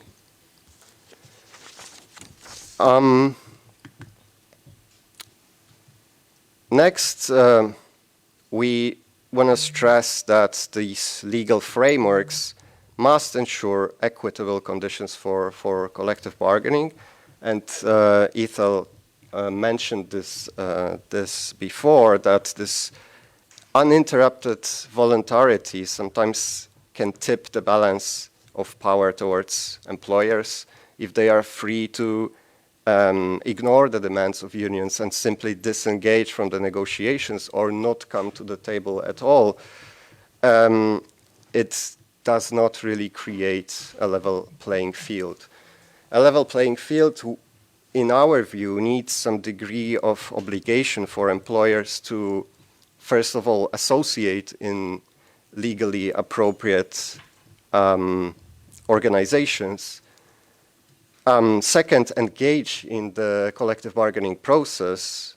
And then third, negotiate in good faith and not have the power to just veto everything. And there is perhaps a role of third parties here for arbitration, as we saw in several interesting cases in the report.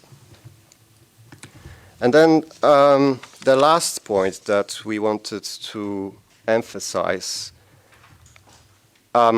is on the paradoxes or some conflicts of interest ingrained in most collective bargaining systems.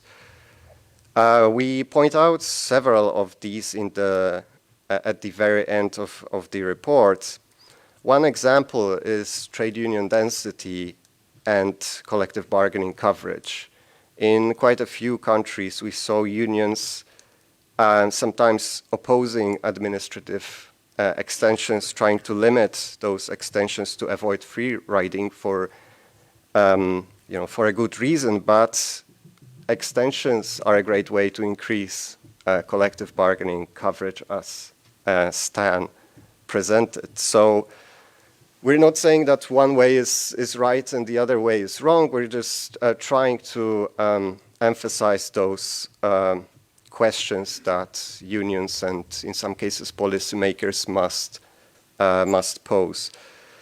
Another example of these paradoxes is the role of social dialogue versus collective bargaining. So in many countries, especially in Central and Eastern Europe, the unions, to some extent, seem to have given up in some way on collective bargaining and focus more on social dialogue as a way to ensure universal coverage. But this, again, lowers the space and the stakes for collective bargaining and can crowd out some some collective agreements. I'll stop here. Thank you very much. If you want to get in touch with us, here we are. And look forward to the discussion. Thank you. Thank you very much.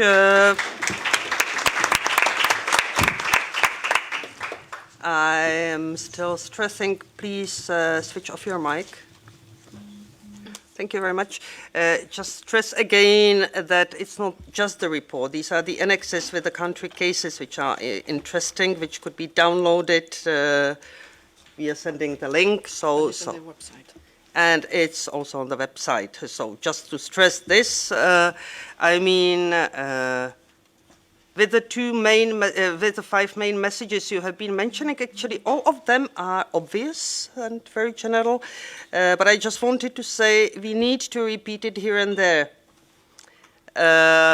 And I mean, there needs to be a value of the collective bargaining for both the sides, you know, of the table. So there's a lot of food for thoughts. I'm just not going to be commenting on whatsoever. Let's have the discussion now, and then we come to some of the points I would like to make. So I've got Tatiana as the first speaker. Hands up, please. I've got Christina. I've got Ferre. Maria. I've got Javier. I've got Berivan. Give the people the chance and they debate. I'm happy for that, definitely. So I've got Tatiana, I've got Christina, I've got Ferre, I've got Jean-Paul, I've got Maria, Javier, and Berivan. And? Dennis. Sorry. Okay. We start with Tatiana. Let's try to limit ourselves to max 3-4 minutes. All the speakers, thank you very much. Tatiana, go ahead. That's easy. I just want to take the floor to reflect what Stan first mentioned, that the collective bargaining coverage is low in the Baltic states, and which is true. And then the last statement of Jan, that there is slightly 2 different things. There is collective bargaining and there is social dialogue. And this is something probably would be easily explained for people who are seeing here what is the difference. In Lithuania, which is using a legislation-based approach, their collective relations, labor relations, are regulated by the laws. We have labor code, we have the other also acts, legal acts, which are complementary to the labor code or staying separately, but still making the huge amount of the legislation which is regulating the labor market relations. And there is a tripartite council where a social dialogue is taking in form that there is not employers and unions, but there's also the government involved into negotiations. And all the things which are affecting the workers' rights, that is working time, minimum salaries, or pension age, is going through tripartite council and negotiated there. And later on, going to the legislation or taking into consideration what is the outcome of the tripartite council, the decision is taken by the government. So how to compare Baltic states and Sweden and Germany and say this is the low and this is the high, while all the things are going through social dialogue in Lithuania. So for me it's a little bit tricky. I always have this kind of dissonance in my brain when I hear and when you show this comparison, also the let's say their unionization rate, how it's linked, whether it's linked at all. This is the question. So thank you. Thank you very much, Tatiana. Christina, please go ahead. To speak, yeah. Thank you, dear President, for giving me floor.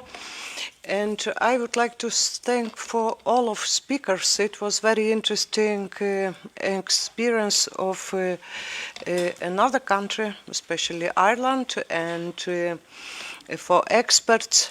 But I would like to say that's because research was done by some experts from Lithuania, and when they ask questions about social dialogue, we truly become angry and don't want even answer.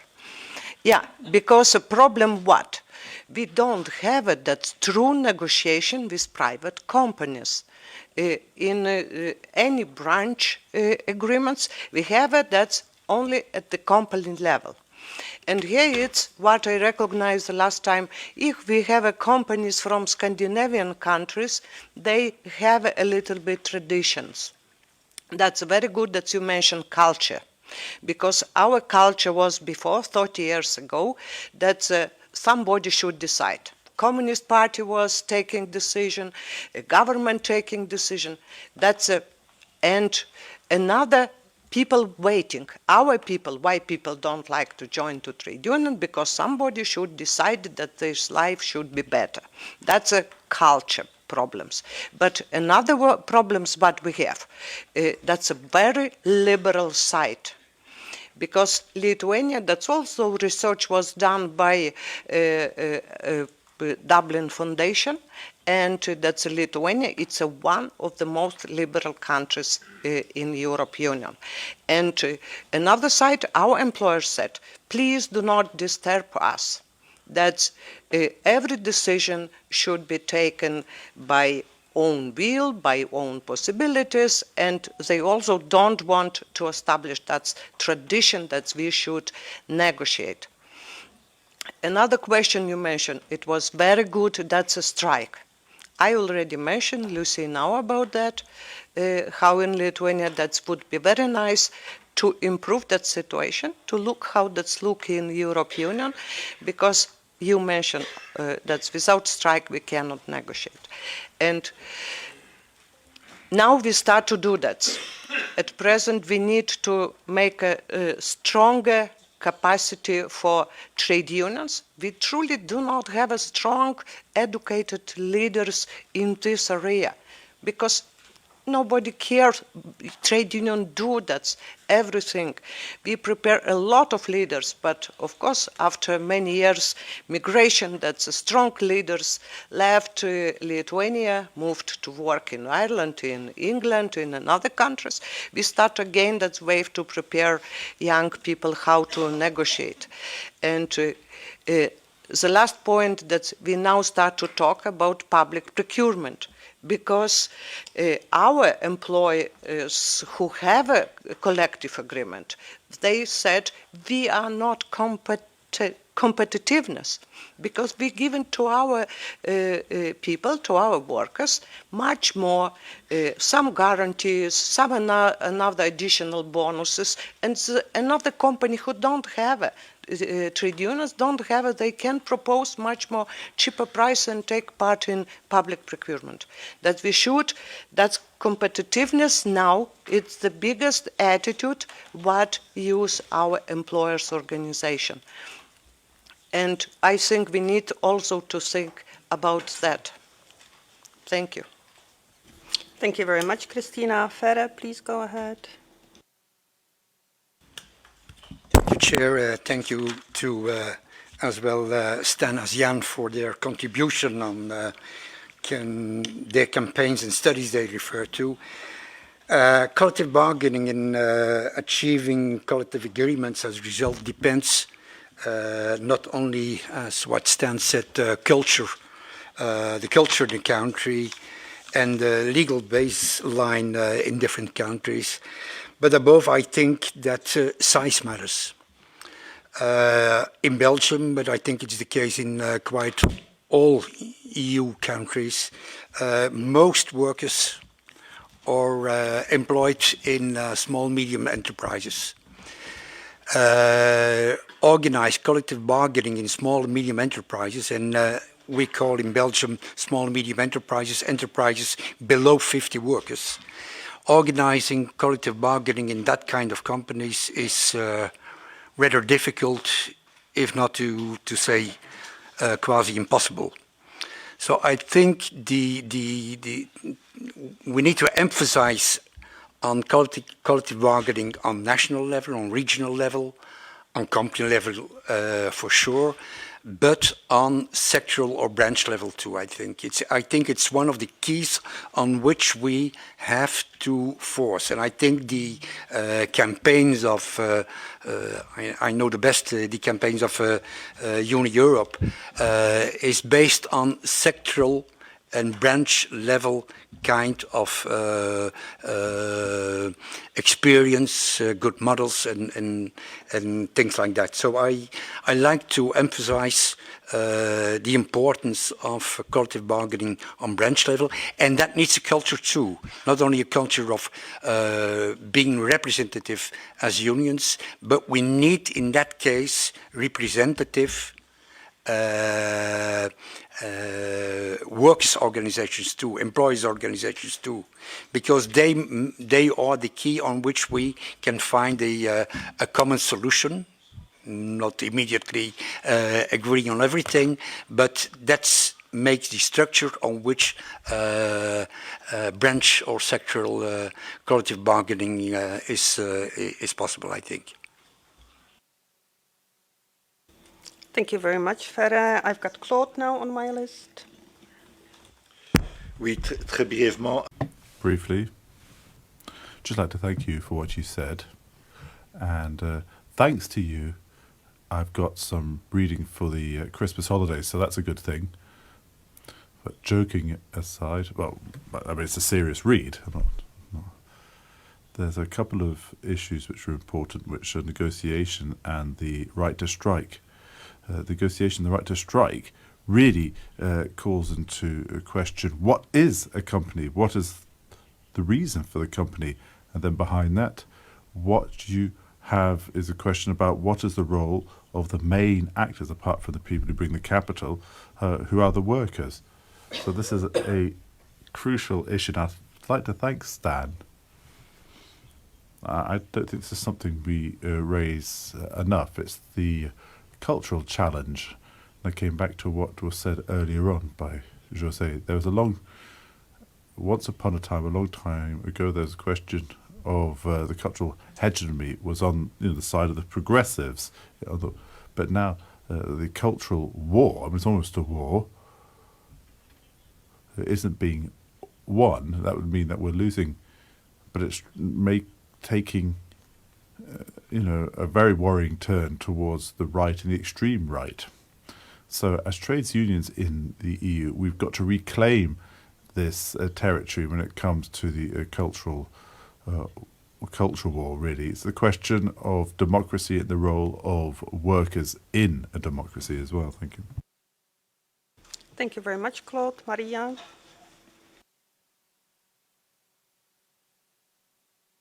Thank you. Can I speak in Croatian? No. It was. Thank you so much. First, I would like to thank both of our presenters for these two excellent presentations.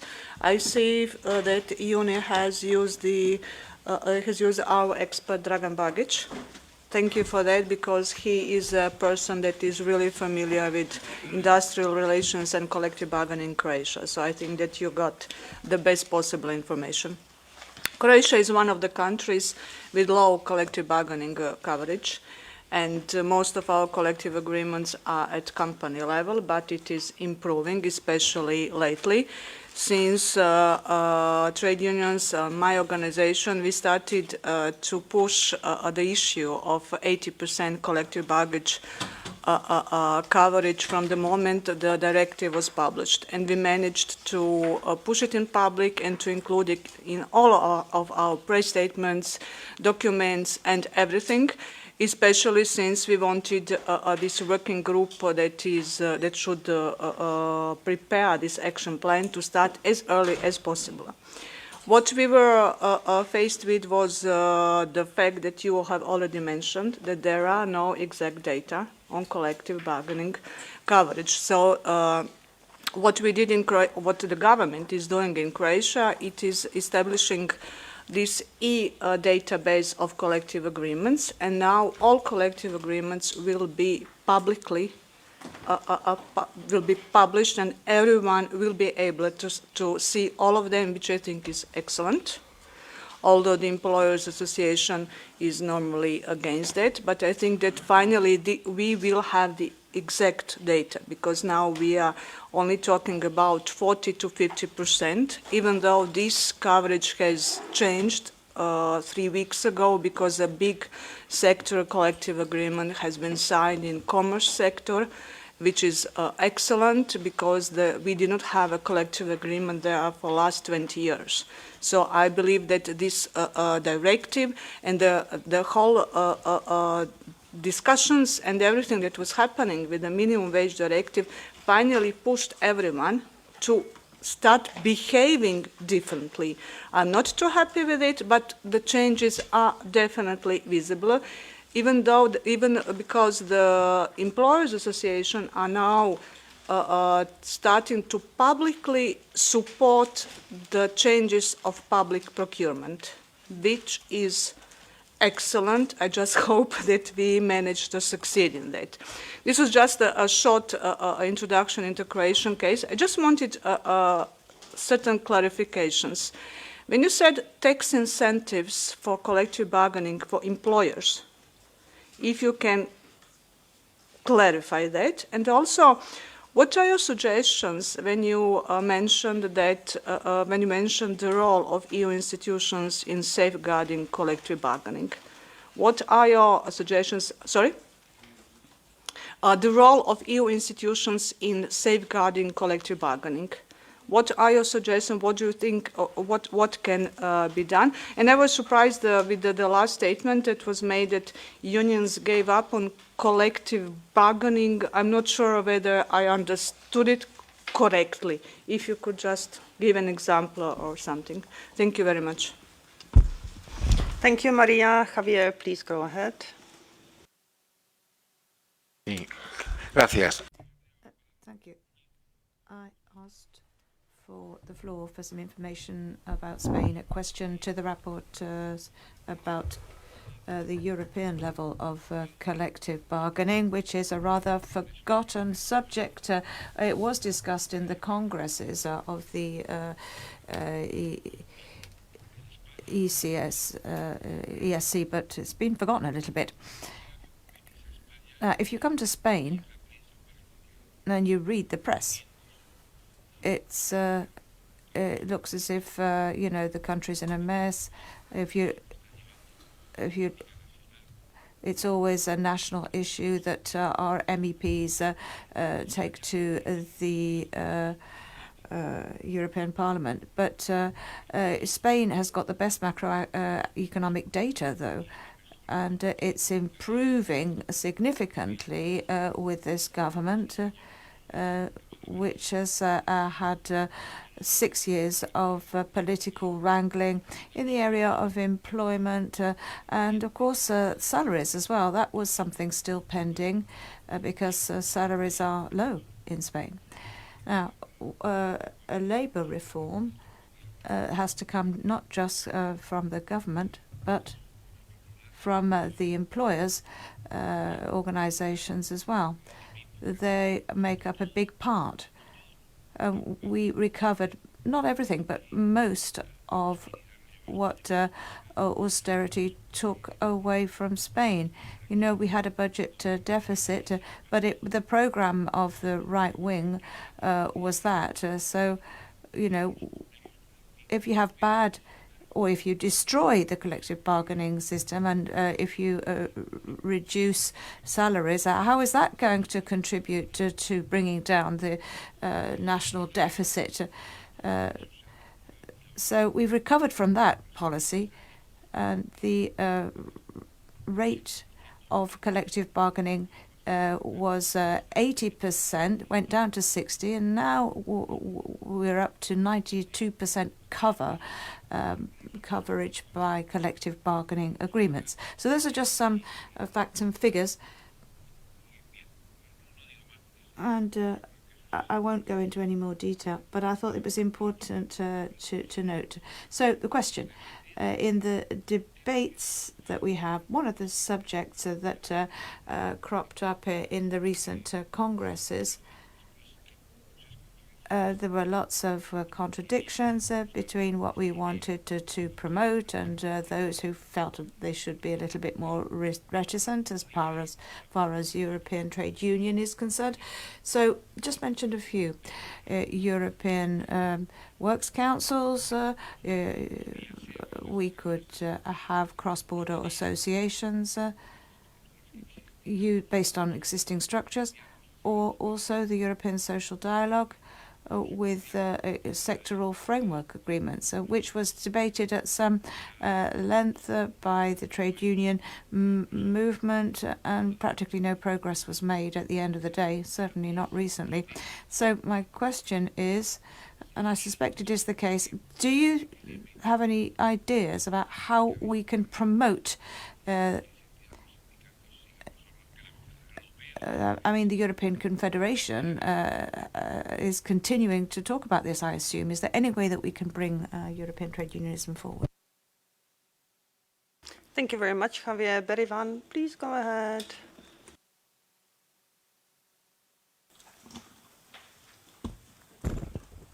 Thank you so much. I want to take the opportunity to thank the speakers for very interesting presentations. I got stuck with the culture. I think it's a very interesting aspect that I would like to elaborate a little bit on, coming from Sweden, having the Swedish model, which is very famous around Europe and so on, and the role of culture, because I think it's very true what you say, because, you know, the role of culture has been extremely important for Sweden and the Swedish trade union movement, and this has been built over time. So you can see, you know, from the history also, the role of culture, the role of traditions has been very important in having the Swedish model as we see it today, and not to also underestimate the role of education. Because for a very long time, I mean, the role of trade unions and the whole, the image of the Swedish model was actually in a lot of, you know, books in schools and so on. And this was also the first information that the right-wing government took away when they wanted to weaken the trade union. So it was, the role of education was really important in you know, the image or the trust in the Swedish model. Some other thing that I would like to take up is the culture between the social partners.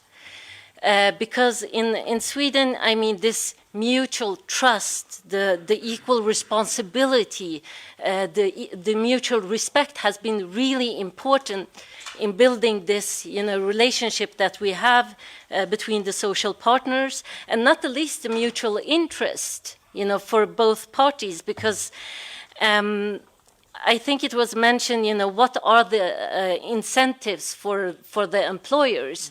And I think one of the biggest incentives for the Swedish employers is actually industrial peace.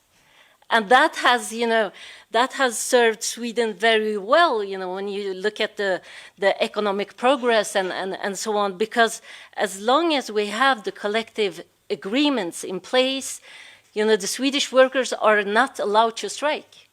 And this has been the biggest incentives also for the employers in Sweden, because, you know, it has given us industrial peace, it has given us, you know, predictability and so on, and also taking responsibility, you know, both trade unions and the employers for the Swedish economy. So the right to strike has been the last resort for the Swedish workers. So to have the right is not, you know, equal to striking all the time, because this doesn't serve the trade unions either. But I mean, the role of culture, traditions, and so on, we have a very strong Swedish tradition when it comes to collective bargaining and so on. My question would be to you if you see the if you see also that we can build a European culture based on the different experiences that we have in the different countries, but to somehow build it on a trade union ideology rather than, you know, political ideology. So do you see that as a way forward to also try to create a European culture when it comes to collective bargaining? Thank you. Thank you very much, Berevan. That's a 100 million euros question.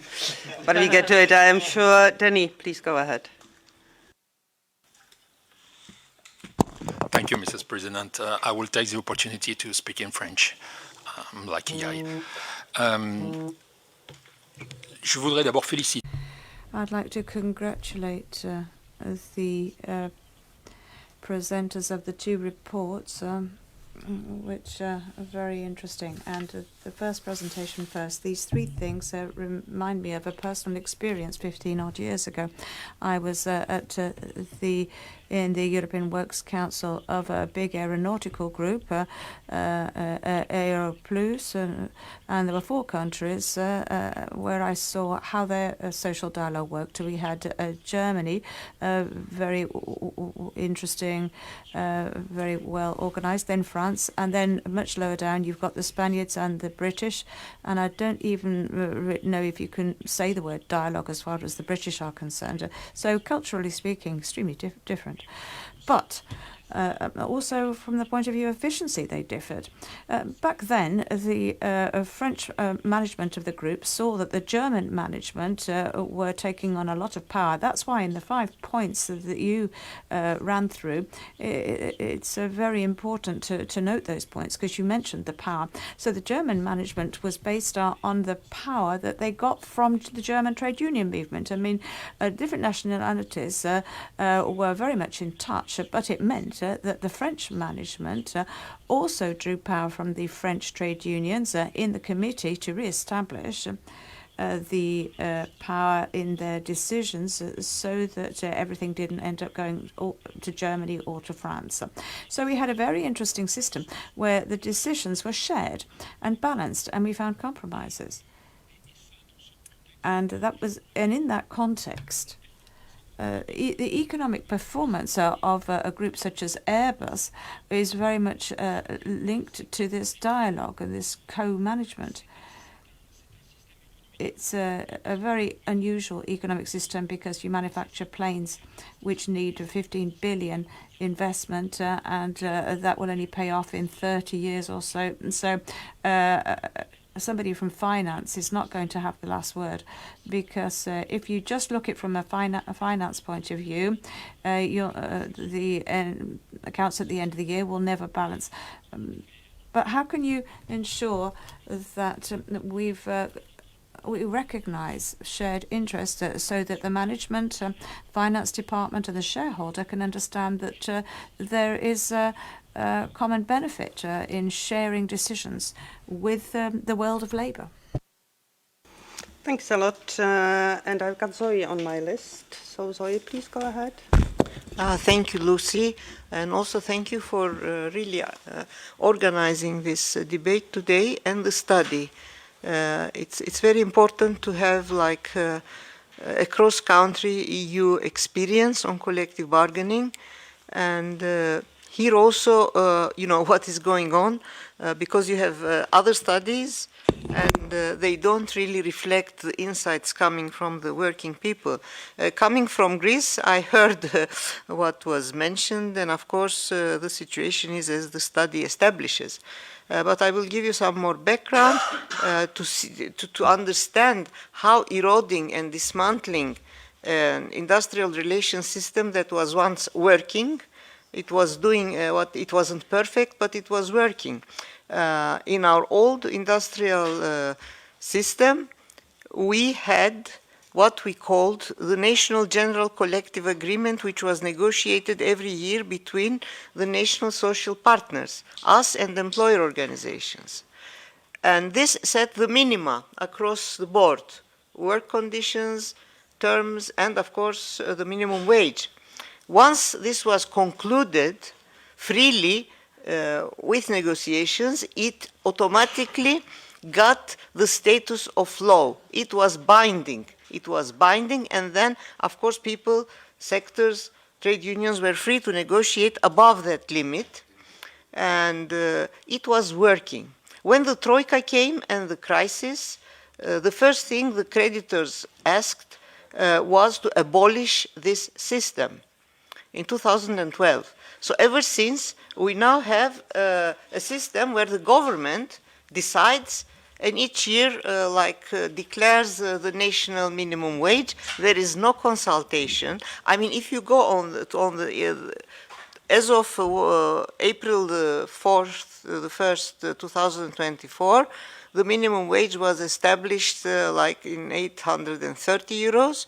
If you go on the site of the Ministry of Labor, you see like consultation, and then they have studies. They have a study by our own institute, a study from all the other organizations, but the only study they take into account is really the studies prepared by the institutes of the employers.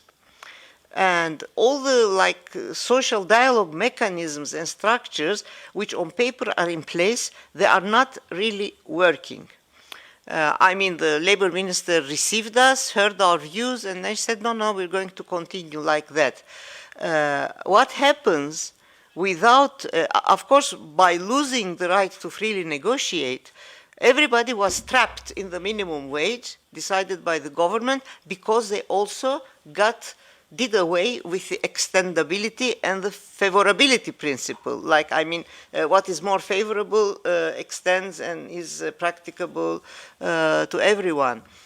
So now people are trapped in this minimum, non-negotiable wage, and the side effect is that it undermines the whole collective bargaining system because it is redundant. Why should employers really negotiate? They say, okay, you have this. The government says, I'm shielding you. You have the minimum, but without the extendability and without all the other, supplementary provisions, we are trapped there, and the whole system is being undermined.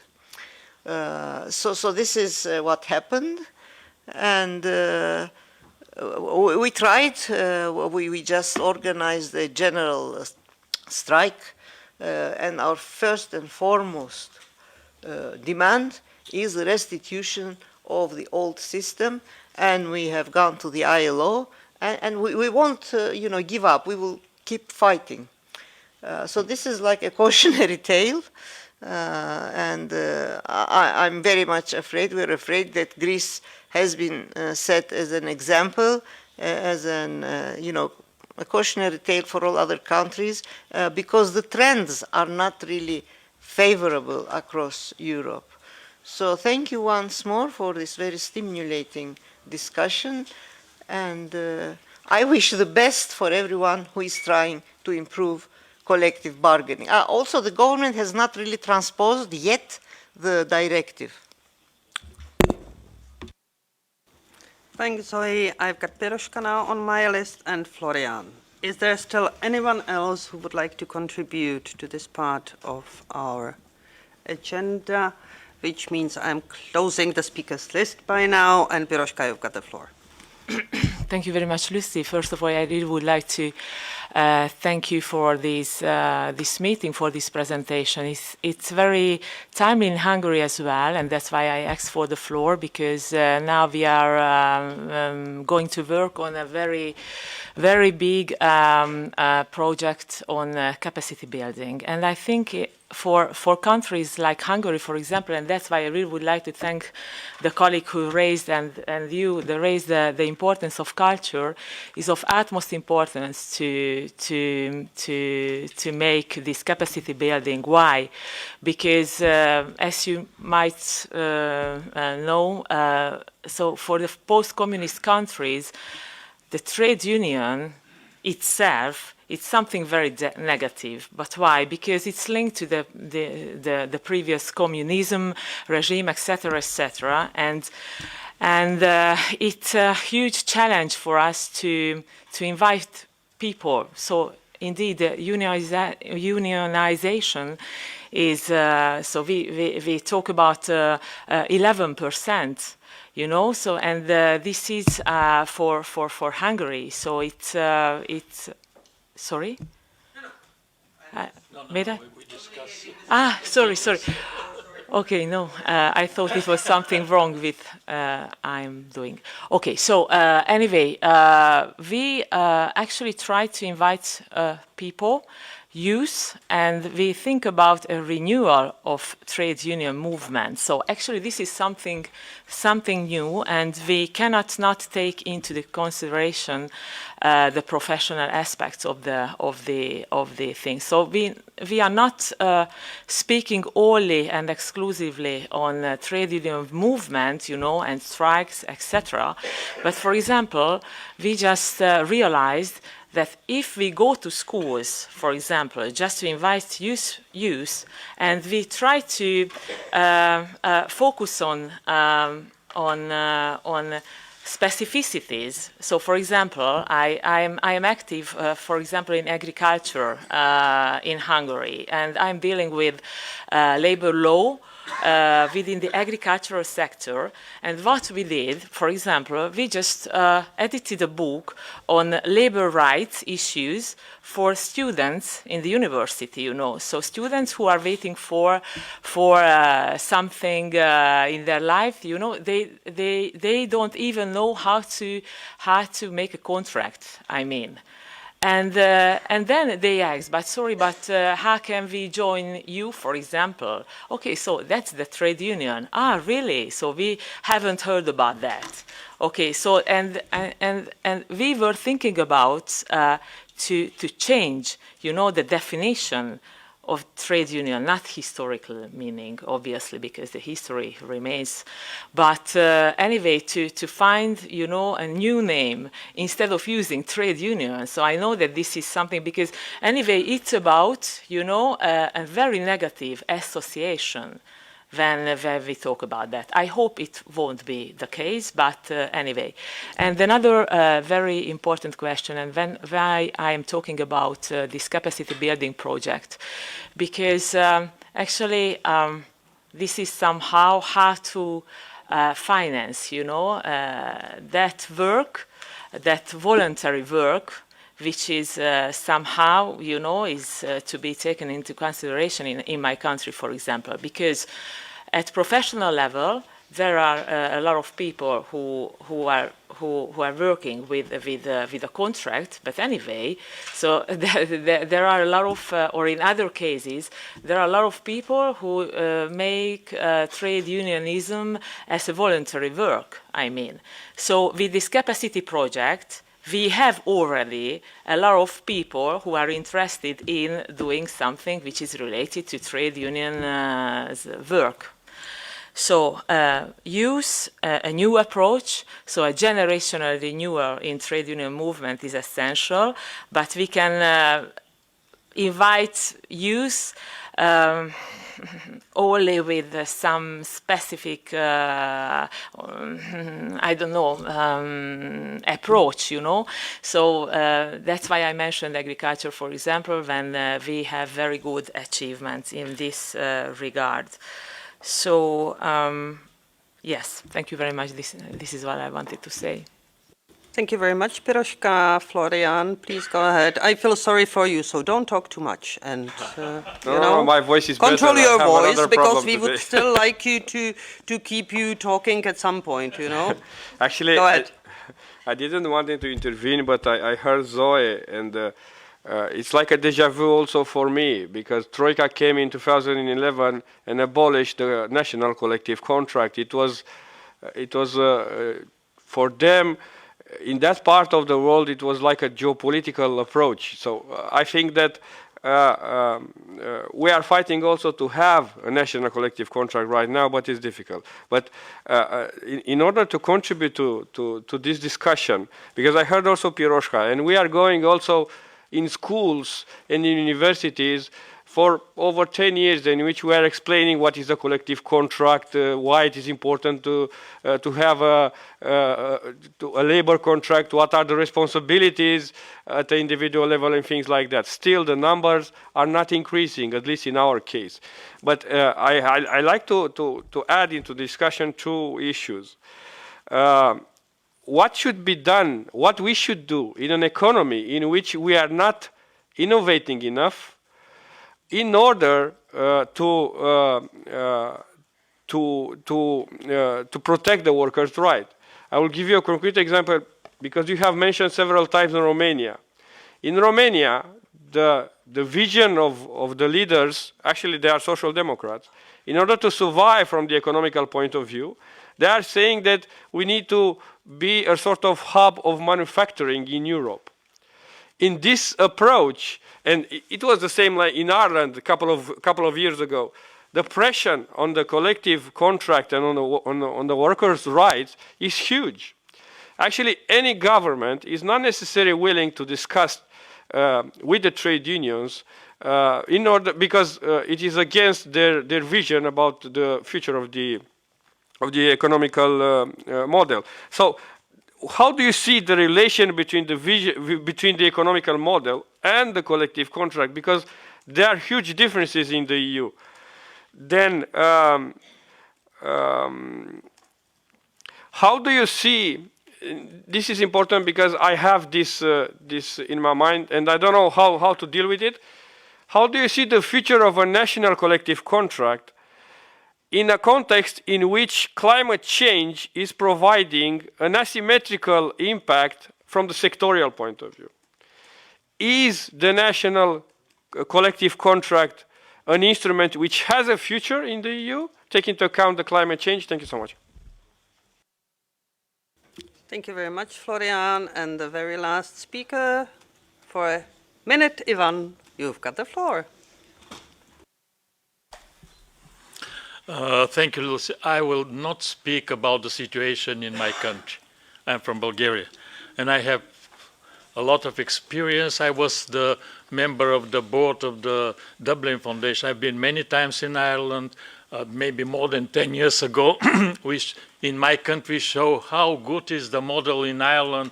They together negotiate on the national level, but everything has changed.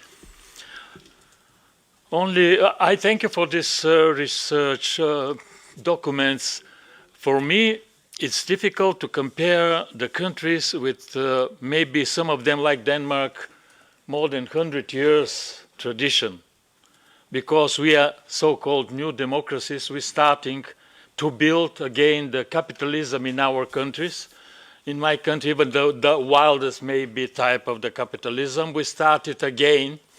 And now we have maybe 10, 20 years tradition. My colleague from Romania mentioned the political point of view and the economical point of view, but financial institutions, even in my country, because they implemented from the International Monetary Fund, they implemented a board, so they started to cut everything. I'm a medical doctor, I represent the healthcare, and they get thousands and thousands of nurses, and now we need a lot of nurses. When we say it's a mistake, we need this, but everything is a point of view of money. So we started to build this wild kind of capitalism. We destroy our agriculture, we destroyed a lot of things, and now we started again to build. I don't know if it's the right way, but what about the tradition in the trade unions? Because we have learned of many of our colleagues. I visited most of the countries. I know the Scandinavian model, which the coverage is very high, but because even this is the trust from the government, from the state, they give us a possibility to manage some funds, and the people, they are obligated to be a member of these trade unions. But also thank you that my colleague mentioned the culture. In Denmark, they have a labor code. They have a labor code, but they have a strong negotiation. And they recognize, and you mentioned Ryanair. When I was in Denmark, they punish Ryanair because Ryanair did not recognize the agreement. The wages for the pilots, from the crew, and they say, okay, you have to leave Denmark if you do not recognize. This is the strong, tradition. So the problem is, it's very good, this stand that you collect all of these things, but how to compare apples with pears? Maybe we have to divide the new democracies, because we are very common on what we suffer when we try to build, and of the culture of our politicians, not only the trade unions and the politicians, which is our countries, because they follow some suggestion because of the money. This pressure is for the big money, and it's not, they are not, how to say, they do not allow us to protect workers' rights. We have some workers' rights. Now we have to build again. And the people didn't trust trade unions. It's not very important what will the name, but what is back of this name. What they try to do is the power of the trade unions, but the power of trade union depends on the tendency and the trust, and of course the solidarity. This word solidarity a little bit, escape from our daily work. People, they would like to see, to touch something that you can, solve all them daily problems. They don't care about the biggest political problems of the politicians. They need to protect them. They need the wages, the protection of the working places, and of course this green philosophy, which now we have to close all the coal mining, and we're in front of energy crisis. So there are a lot of problems, and of course the security on our continent and the war, what will be happen on the future.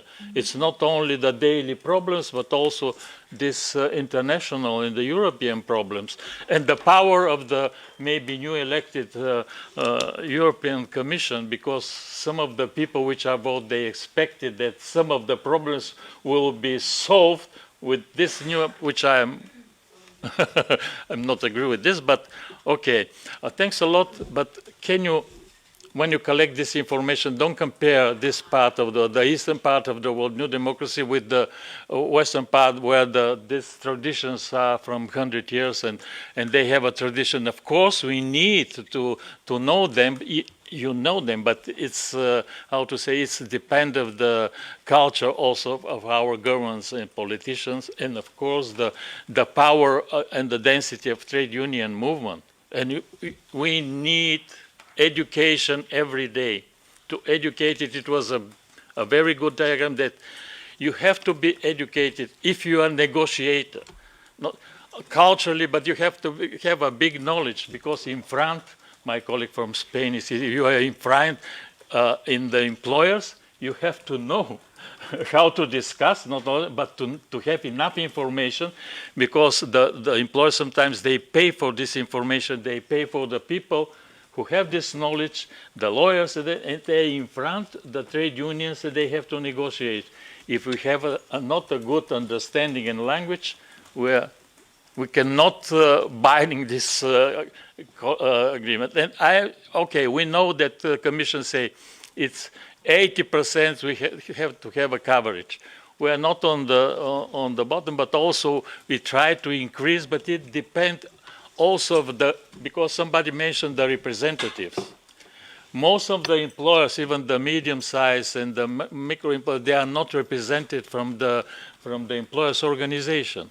They didn't want even to negotiate. So we have to have a representative in front of us to whom we can negotiate. Or if you do not want to be part of some employers' organization, you have to show. I would like to be presented of this employer organization, and to be also a possibility to negotiate. Otherwise, we have a national level, or we have agreements in some sector levels, but it's a part of all this. You have to put all these things together. So it's a legislative part, and it's maybe depends not only of the national legislation. You have to discuss also in European level how to, because to strengthen, to reach this percentage, we have to have a representative employer organization, representative trade union organization, because in some countries there are a lot of trade unions also, a lot of employers' organizations. How it's to put together and to negotiate is very difficult. Thank you, because I have only a few minutes, but I'm a trade unionist. You were I like asking for a short contribution. You were the longest out of all, Ivan. But I'm happy because you are not talking too often. So I'm happy that you actually took the floor. I mean, before giving the floor to our actually 3 guests, definitely on this side, or might be even 4 guests, to reflect on this. No, you come up later. It's really interesting. More than 30 years after the changes in our part of the world, because I'm from the Central and Eastern Europe as well, how at these type of discussions, still the East Europeans feel the necessity to excuse for the weak structures, low collective bargaining coverage, and low trade union density. It was obvious, in all of the interventions, and in a way, Ivan, I don't agree with you that we are just comparing pears and apples. The comparison is perfectly okay, but we need to draw out of it the message that the instruments and the support is completely different in need in the different parts of Europe. And I fully agree with all my colleagues who have been mentioning the different obstacles for the Central and Eastern, so let's call it newer EU member countries, that are completely different from the older part of Europe.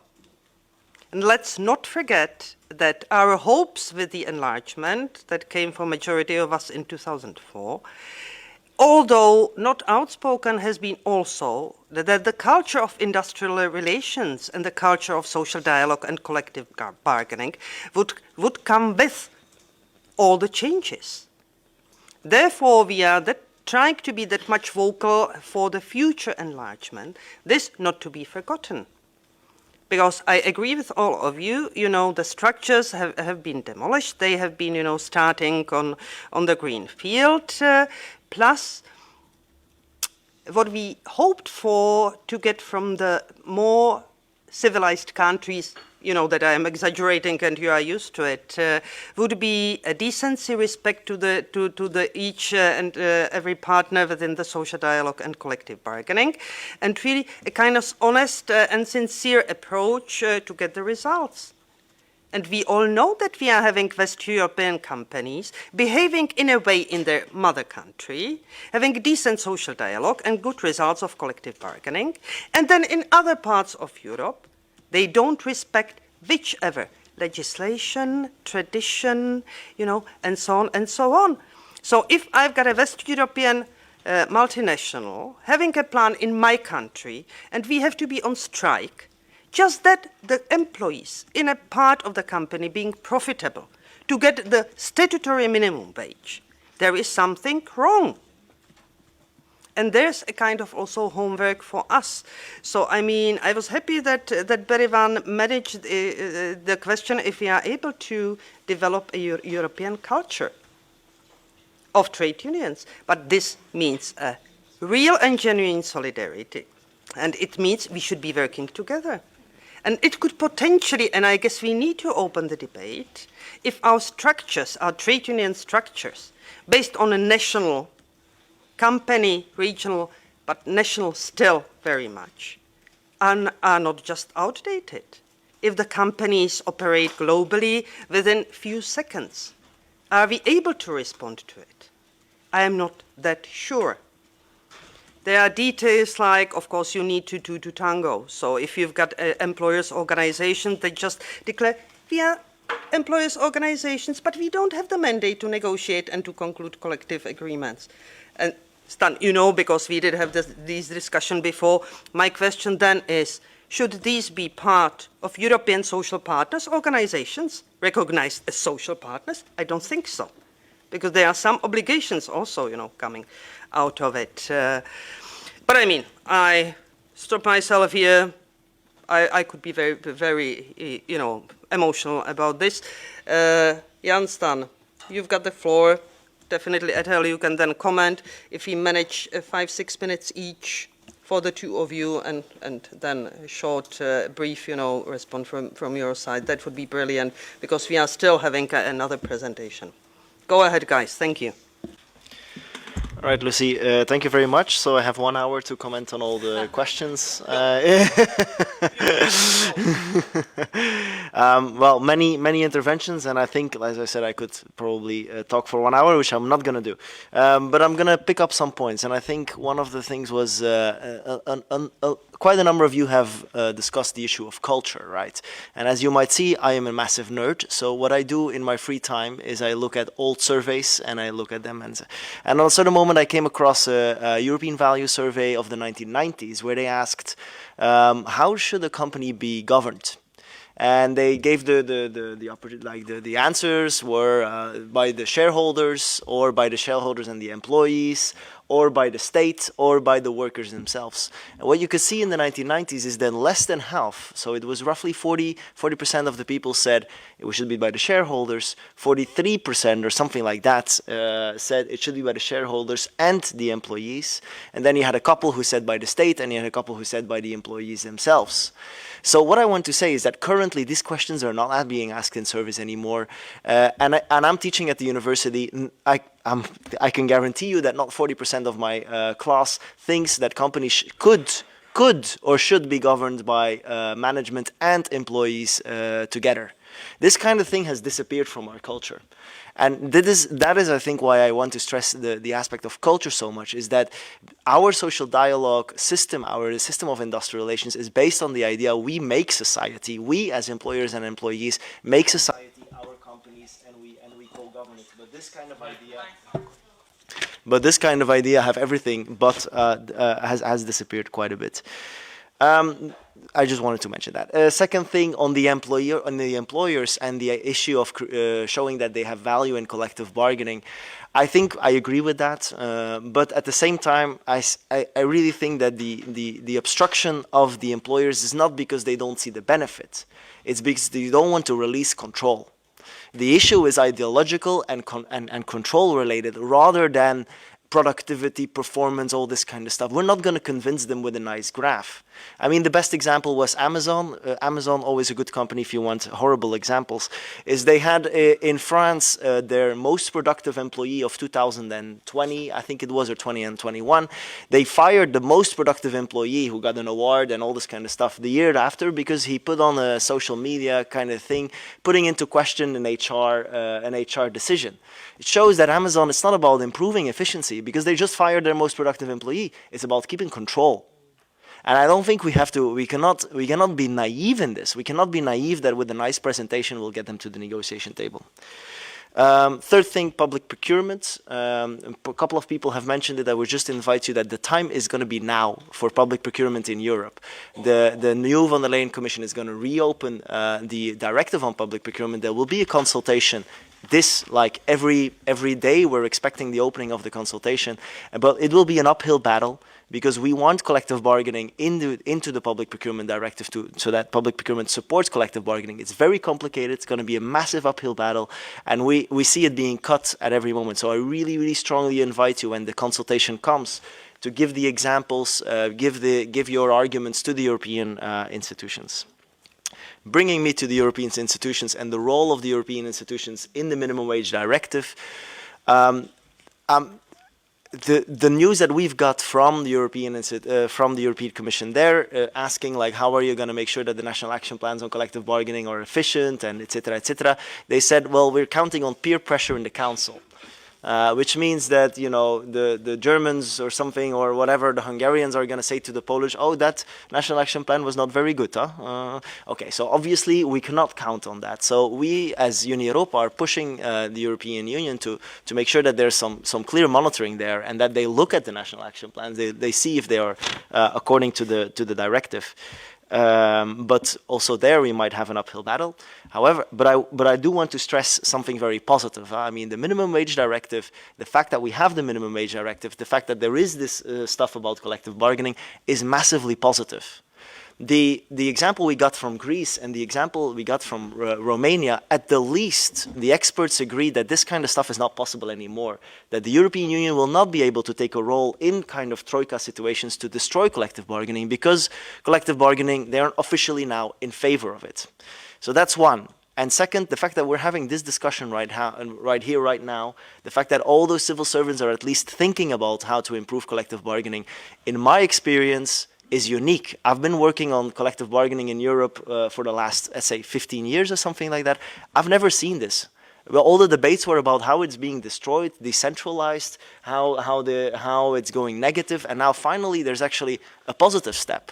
Okay, maybe we want it more, but we have to also realize that it's still positive. And then last but not least, I've been hearing quite something about you cannot compare the apples with the pears and all this kind of stuff. I hope that I also said it in the beginning, like, okay, the graph with the collective bargaining governing shows that you cannot apply the same solution to a country like Germany that you will apply to a country like Hungary. And I can only tell you from Uni Europa, we are taking this regional approach. We're not having the Swedish explain the model to the Lithuanians and then just saying, well, just copy paste, it's easy. No, what we're trying to do is get regionally by groups of countries who have similar kind of collective bargaining systems, and to have them discuss about what the steps forward should be. So I sincerely hope that we take this into account. Thank you, Lucy. Thank you very much. Jan. Right. Thanks a lot.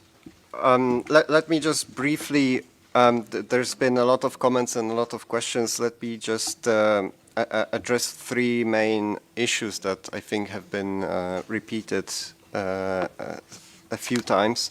First of all, building on what Stan just said on the role of the EU and the policy turn, I do agree that this is a fundamental change, and it's a change for good. We quote in the report the policy recommendations that the Commission published post-crisis, and it includes things like decreasing the bargaining coverage, limiting extension of collective agreements, and reforming the bargaining systems in a less centralized way. And 10, 12 years on, the Commission's position is exactly the opposite of that. So I think that's a great change, and that's the role of the EU institutions in promoting collective bargaining and social dialogue that I think is already playing out. The other thing that was mentioned is the state of collective bargaining, especially in Central and Eastern European countries, also vis-à-vis social dialogue and legislative approaches. And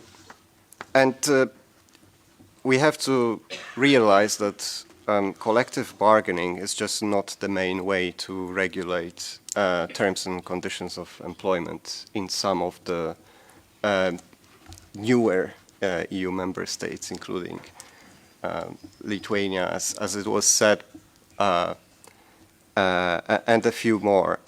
So again, there must be some balance between social dialogue and legislative solutions and collective bargaining, perhaps at lower levels. And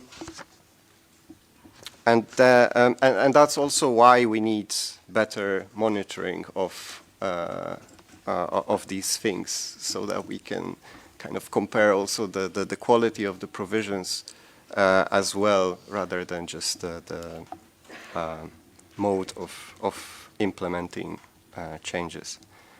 And then lastly, the biggest point on culture. In the report, we spent quite a lot of space and time talking about history, and we take this kind of longer-term institutionalist approach to explaining the evolution of collective bargaining institutions, especially in post-transition countries. So I do think it's important to realize where we come from in this respect. I'm Polish myself, so it's also close to my heart. So we do have to realize where we come from and what are the institutional developments and dynamics. What we shouldn't do is to say that this is it, this is what we do, this is who we are, and we cannot change anything.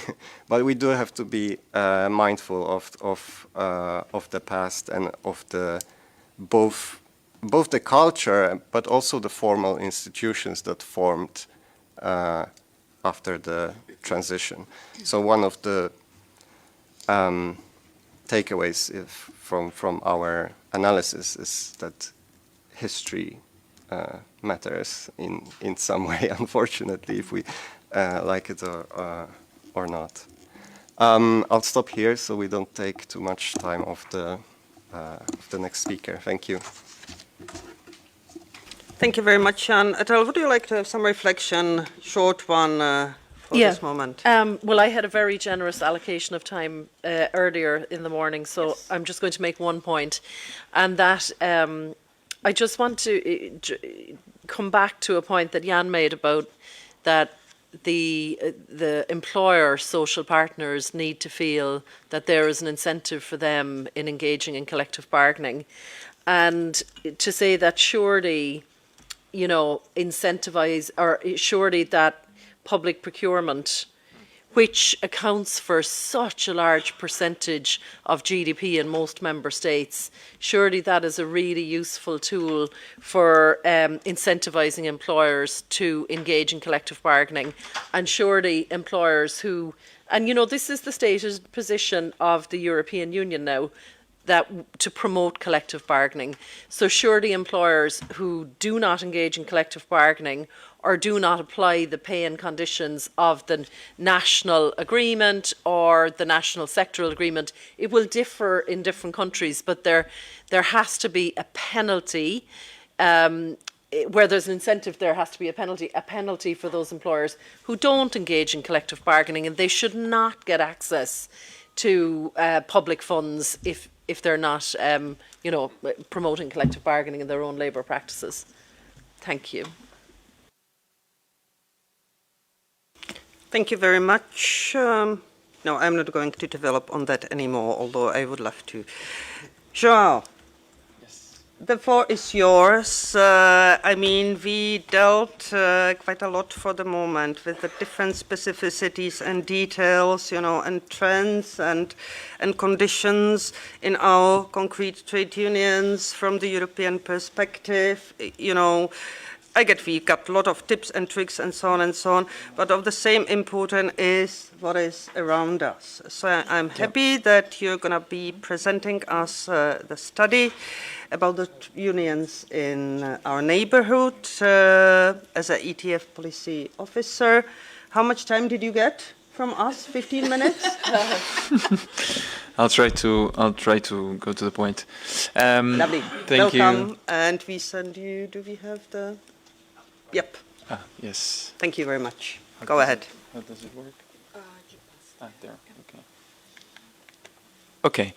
Good morning, everyone.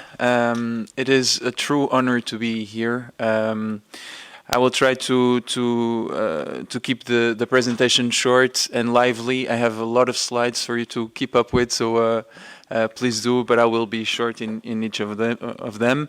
The debate that was coming before, it fits perfectly what I'm going to present now, because if we were talking about pears and apples, I'm going to add a lot of peaches and watermelons and bananas to all of this conversation, because we are taking the discussion now beyond EU borders. But I also warn you that the spirit of this presentation follows very much what Lucy was pointing out, which is however different we are as trade unions, we have some work to do together always, and there are lessons to learn no matter where we are in the world, and we have many examples of this nowadays. So I am going to stick to my notes so I can go straight to the point and save you wanderings around. And so here I go. So good morning, everyone. My name is João Paiva. I come from Portugal, and I'm currently living in Brussels and working at the ETF, the European Transport Workers Federation. 1 year ago, I had just presented my master's thesis at the College of Europe in Bruges. Since then, I met Yolanda and Pablo, who kindly invited me to present this study today, and this is how we got here. As the title suggests, this is a study that looks at trade unions in the geographical region that we call the European Neighbourhood, and it tries to understand how the institutions of the EU impact the existence of these unions and their activities in their countries. But let me start by defining what we mean by European Neighbourhood. These are official 16 countries that are located at the borders of the EU and don't qualify as accession countries. We are talking about countries to the south, like Morocco and Egypt, Middle East, Caucasus, and eastern neighbors like Ukraine and Moldova. Of course, nowadays these statuses are a bit blurry. We are not talking about the Western Balkans, for example, or Turkey, which are considered candidate countries. On the other hand, we have the supranational institutions that compose the EU and have some sort of power of initiative in the international scene, meaning, of course, the European Commission, the European Parliament, EU delegations, the ESC, and other partner institutions. My goal in this study was then to discover how these two sides, the EU institutions and the trade unions in the neighborhood, interact. And more importantly, what impact does the EU have on the struggle of workers beyond its borders? Do the EU actors help the activity of foreign trade unions? Do they make it more difficult? Does this matter at all? This is what I try to understand. And after 23 interviews and some reading, this is what I came up with. A big table listing all neighborhood countries and all the ways through which the EU interacts with unions in those countries, based on my findings. For all of you listening right now, it looks like a pretty useless table, I know, and it is probably outdated as well. Because if you have followed any news in the last year, you know that the reality that I researched keeps changing and never to the benefit of workers and trade unions. And we talk about, of course, the developments in the war in Ukraine, Hamas terrorist attack on 7th of October, Israel-Iran escalation, new right-wing European Parliament and Commission, Donald Trump in the White House, etc., etc., etc. So I started preparing this presentation, and I asked myself quite naturally, what do I have to tell you about the study on the neighborhood region dating from September 23? But then I realized that the simplest answer was the best one, and so my study today serves to remind us all that workers can, workers must, demand more from the EU everywhere, in any European country, in any country beyond EU borders. And what I mean by this is that the use of my study today is not so much in the portrait of reality that I showed you on the big table, but rather on what I discovered underlying it, the ways through which the EU can help foreign trade unions and the reason why it is not doing so. Not so much identifying the real cases, but rather understanding how they happen and can benefit workers in the future. I believe these are findings that remain useful for foreign trade unions, and I suspect that they can also inspire our union work here inside of the EU. So as we look at the statement on this slide, the natural question that follows is, what can the EU do more for trade unions in the neighborhood, and what is the EU already doing? I identified two main ways through which the EU can do more for foreign trade unions. The first one is by influencing the governments and authorities of neighboring countries. The EU can influence a foreign country, a foreign government, to adopt a certain reform that is positive for trade unions in that country. In this case, the EU impacts unions indirectly. In my study, I identified this process in two types of mechanisms, conditionality and socialization. I will leave the details out for now, since these are relations independent from workers and purely intergovernmental. But we can come back to them in Q&A if you are interested. More important to you is the other kind of way through which the EU can do more for these trade unions. And this is by empowering them directly, which means in many cases bypassing the control of foreign trade unions over such an influence. EU actors, through their independent actions or existence, serving to empower trade unions. So how is the EU empowering these trade unions directly? I found 4 different mechanisms. First, we have policy instruments. If a country signs a paper with the EU saying that they will respect the right for strike, trade unions in that country can refer to that paper in case their right of strike is attacked. They are watchdogs of that commitment. Regardless of the political will to act in enforcement, the claims of the unions have already gained legitimacy and can be heard by the EU, who also signed such a paper. And this is a direct empowerment, even if inefficient in many cases. Secondly, we have arenas. If the EU invites foreign trade unions to participate in a certain platform of dialogue, such as this one, if we had foreign trade unions in, it will help the door for them to voice their concerns and demands.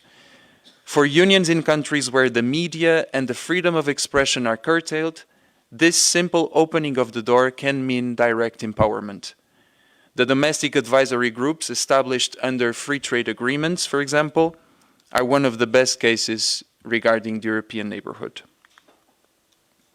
Thirdly, we have learning opportunities.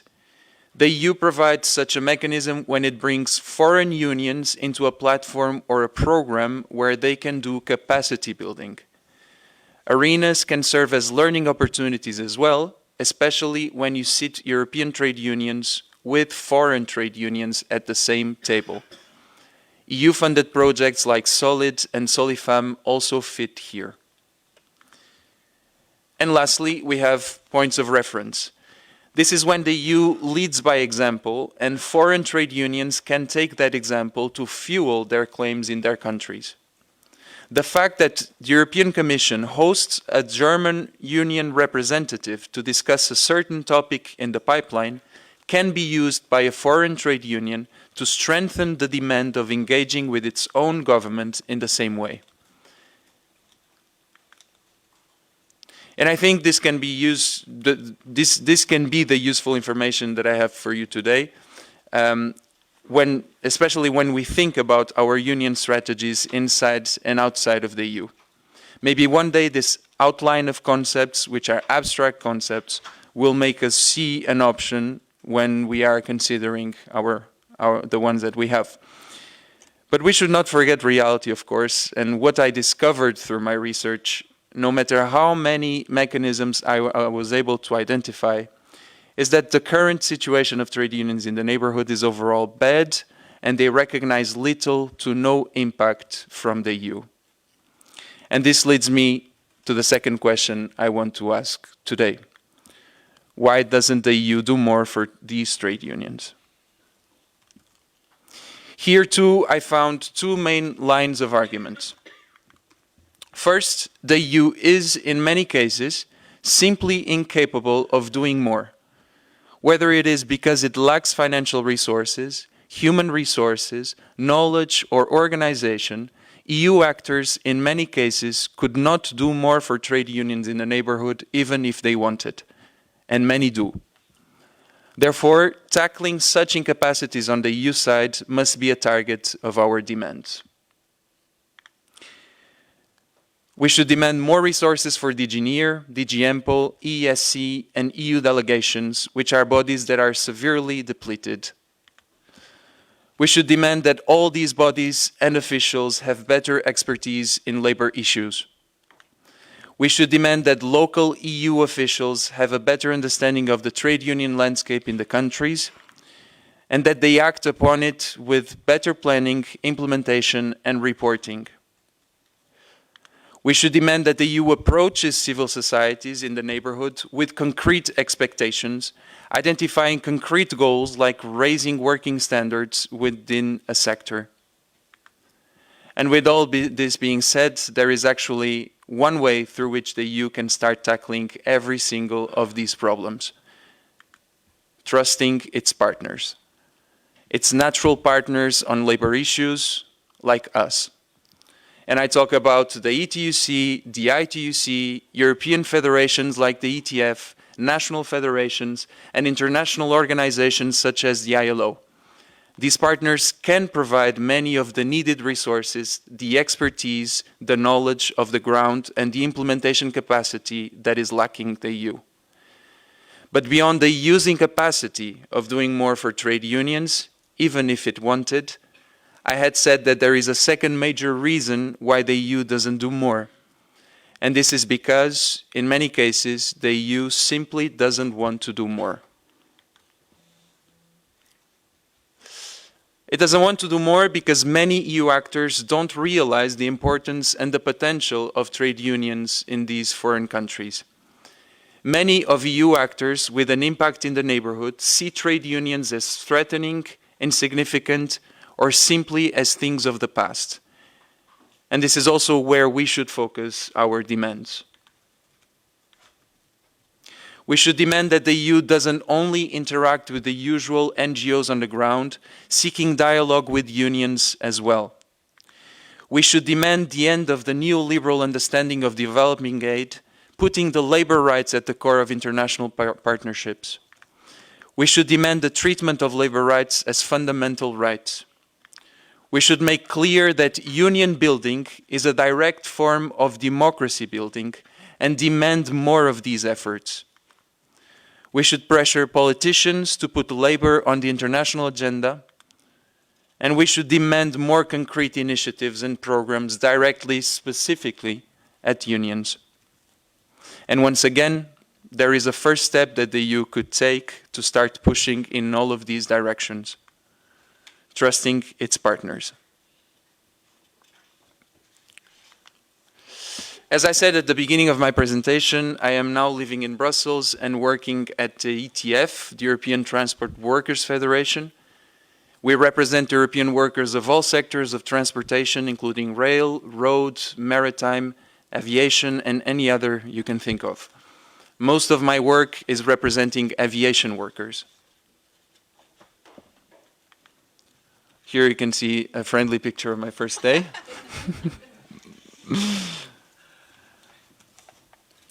What I want to tell you now is that since I started this new position, I have already experienced in real life the value of some of the demands I just told you about. For example, I've been working on this new Ghent study on aircrew atypical work, which is a project managed by the University of Ghent, the ETF, and other social partners in aviation, running only on EU funding, but with no further intervention of EU officials. A case of trust and responsible management by social partners, which are conditions for the study to showcase the employment reality that we have to face. On these pictures, you can see glimpses of the No Going Back project, an EU-funded project that we are running on our own at the ETF. We are training local unions around Europe on lessons learned from the COVID crisis, on aviation of course, and how to be prepared from a union perspective for the crises that are there to come. 2 of these workshops have even taken place beyond EU borders in Turkey and Serbia. And here are some pictures from last week in Belgrade. It is public information that the management of Air Serbia, the state-owned Serbian airline, has been taking union-busting actions against the respective union of cabin crew members. In parallel with the No Going Back workshop that I told you about in Serbia last week, we were able to meet with 2 of these workers who are currently fighting in the court for their rights in a challenging environment for any unionist. We met them just before their second court hearing. The fact that we were there in Serbia, developing a workshop supported by the EU, allowed us to go there and support these 2 brave women in full international solidarity. If they felt any stronger in that courtroom due to this brief moment before the hearing, then much of what I've told you today is not far from truth. Thank you.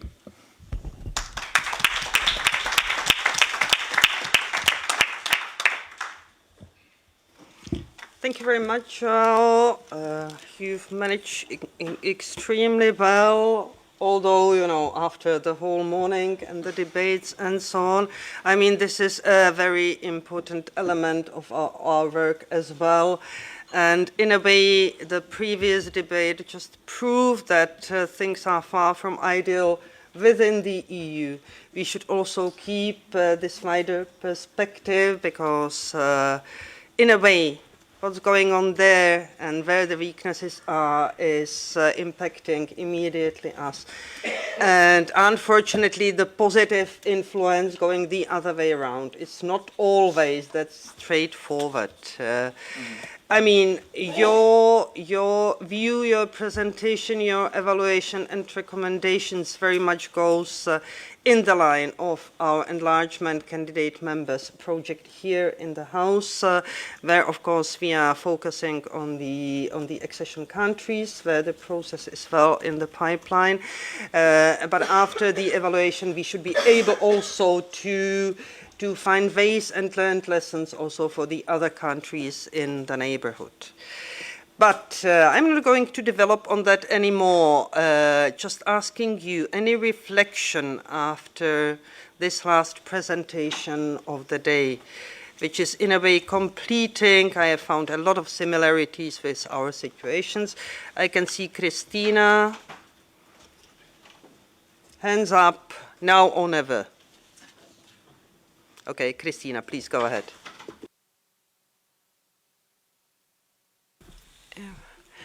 Thank you, Lucy. It's very interesting presentation. Thank you very much that you take care about that countries. But I have a question maybe or some remarks about Belarus, because that's in the border of Lithuania. We have a lot of people who working in Lithuania, and how to help to trade unions which truly cannot work officially in the country. Even people cannot take part in some meetings in Lithuania because here it's some troubles. People can get to Lithuania. We have that chance, but people are afraid to say even now that they're taking part in some seminars we organize or in some meetings. And another also Ukraine, it's a very difficult situation to work for trade unions. We have a cooperation with these countries. We take a lot of support to trade unions. But what I like to consider that in the future we are talking now that's what would happen after war, about reconstructions of Ukraine, and my opinion is that we should take care about trade union that they would be able to take part in reconstructions, because many new companies would come. Trade unions should be ready to recognize, to have that dialogue. We cannot let that many companies from United States, from Europe would come from Lithuania too, because I know now our government take law in our budget would be about 1.5% of GDP to reconstruction of Ukraine, but who will take part? If trade union would have some influence, unions, if we will provide social proper dialogue in that territory.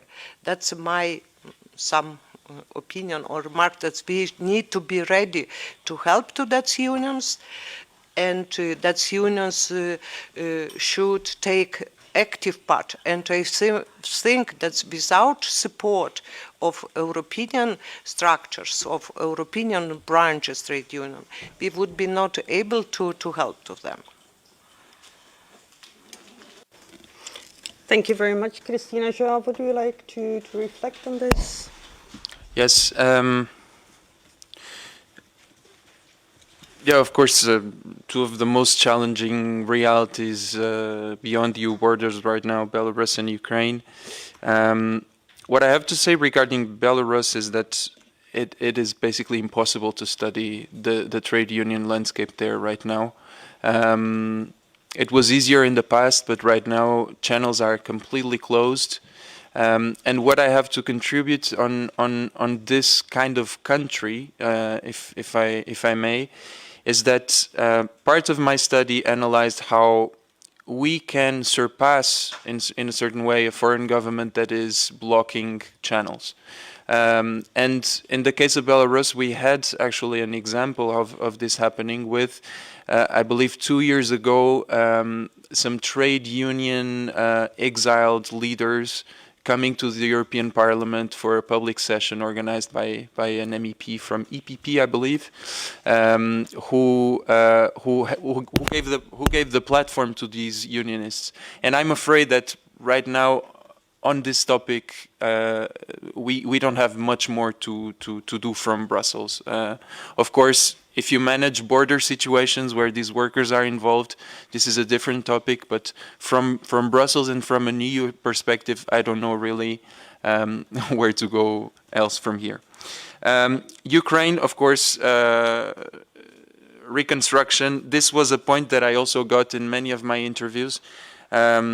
Rebuilding a country is a very labor-intensive task, and of course in a country where unions are not as strong as they should, given the dimension that the country has and the population the country has, it is of course a priority for the reconstruction process to include some union building, some organization of workers. However, we also got the impression that this is not put as a first priority in the EU's actions in the land and plans for reconstruction. But then I come back to the point that I made multiple times. We have two ways to act upon this. We pressure our politicians, we pressure our institutions, we try the ESC to do more programs and more talks, for example, or we do it ourselves.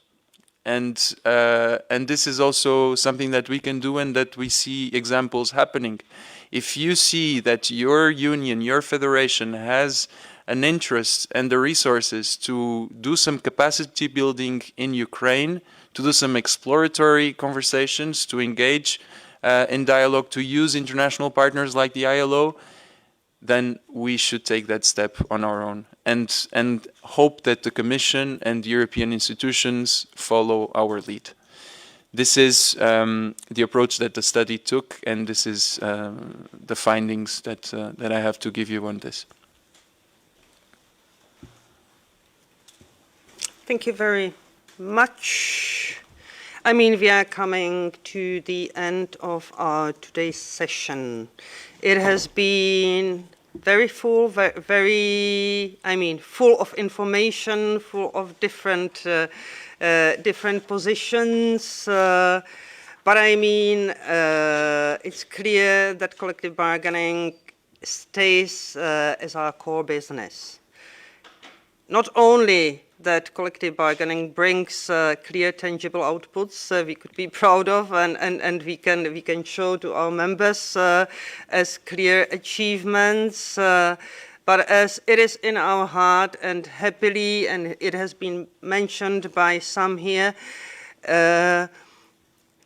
finally we got to official approach of recognizing the importance and strengthening throughout the regulation in the last mandate of the European Commission of strengthening the social dialogue through the directive on minimum wage and collective bargaining. So really from this perspective, very positive development on European level, which is unprecedented and unfortunately, highly probably will not be repeated in foreseeable future in such a scale and intensity as an act regulation on the European level.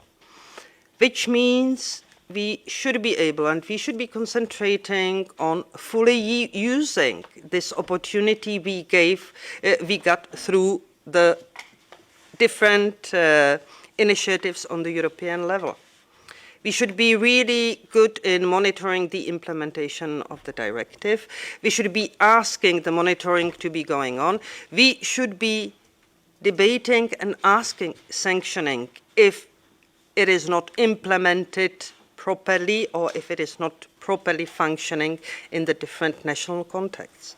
What is also clear from today's debate, we should have also slightly innovative view on what we are negotiating about and how we are negotiating about it. Because new emerging, I would say, challenges were mentioned here very much. We all are familiar with the digitalization coming up, with the different transitions, especially the environmental coming up, and what this means for our constituencies and for our collective bargaining. We have been talking about the need to have proper skills for collective bargaining, which should be ongoing process for our trade union members, for our trade union activists, for the negotiators, and so on. We have been talking about different dimensions. It is not enough just to stay with our company or local or regional or national level of collective bargaining. We definitely need to take much broader approach, and we need to learn and be able to negotiate different issues. And there are moments here and there when with the global agreements, it is possible, at least on some issues, really throughout the globe in the multinationals. So we should be also aware of this fact. We have heard that we definitely need much better quantitative, qualitative data about the outcomes of collective bargaining. We all face it in our national contexts. I mean, this is one of the issues where we should demand a bit more from the European level, but should be also able to deliver a bit more from our national level. Because this is something, I mean, I still can remember the debates about average wage, nominal, real, and so on, where we didn't move that much on European level because of uncomparable data, you know, not really reliable data, and so on, also due to the complicated tax systems in the different countries, but anyhow. So we should also aim to get this, and I mean all of this is to equip us much better for the challenges we are going to be facing in the future. So this being one part of it. Second part, as I see it, we are having our homeworks. We are having our homeworks on improving communication among ourselves, to improve knowledge about the different systems and the different barriers, but also opportunities we are having at the different places and different levels. And we should be smart, and we should be able to combine the different instruments and tools we are having at these different levels. I mean, today's input from all the panelists is giving us food for thoughts, but also different tips and tricks and good practices that arose from the debate of this morning. And I'm really grateful that the debate was that lively and that rich, bringing different perspectives. Which brings me, dear colleagues, to the thanking part of our agenda. So let me thank firstly to you for very active participation in today's debates. Let me warmly thank all the panelists and presenters of this morning. Brilliant. I hope we've got the agreement to send your presentations around because we are happy to use it. So you will receive all the presentations. Let me warmly thank our Secretariat because they made the most part of the success of today's meeting, including, of course, our people dealing with the technical staff, including the communication part of it. So thank you very much. Without you, it wouldn't be possible, and we are very proud of you. And of course, let me thank the interpreters because, of course, without you, it wouldn't work. Thank you very much. By this, and you know, this is not the end of the story because we are going to be continuing in debate on this issue. Let me close today's meeting. Wish you a safe trip back home.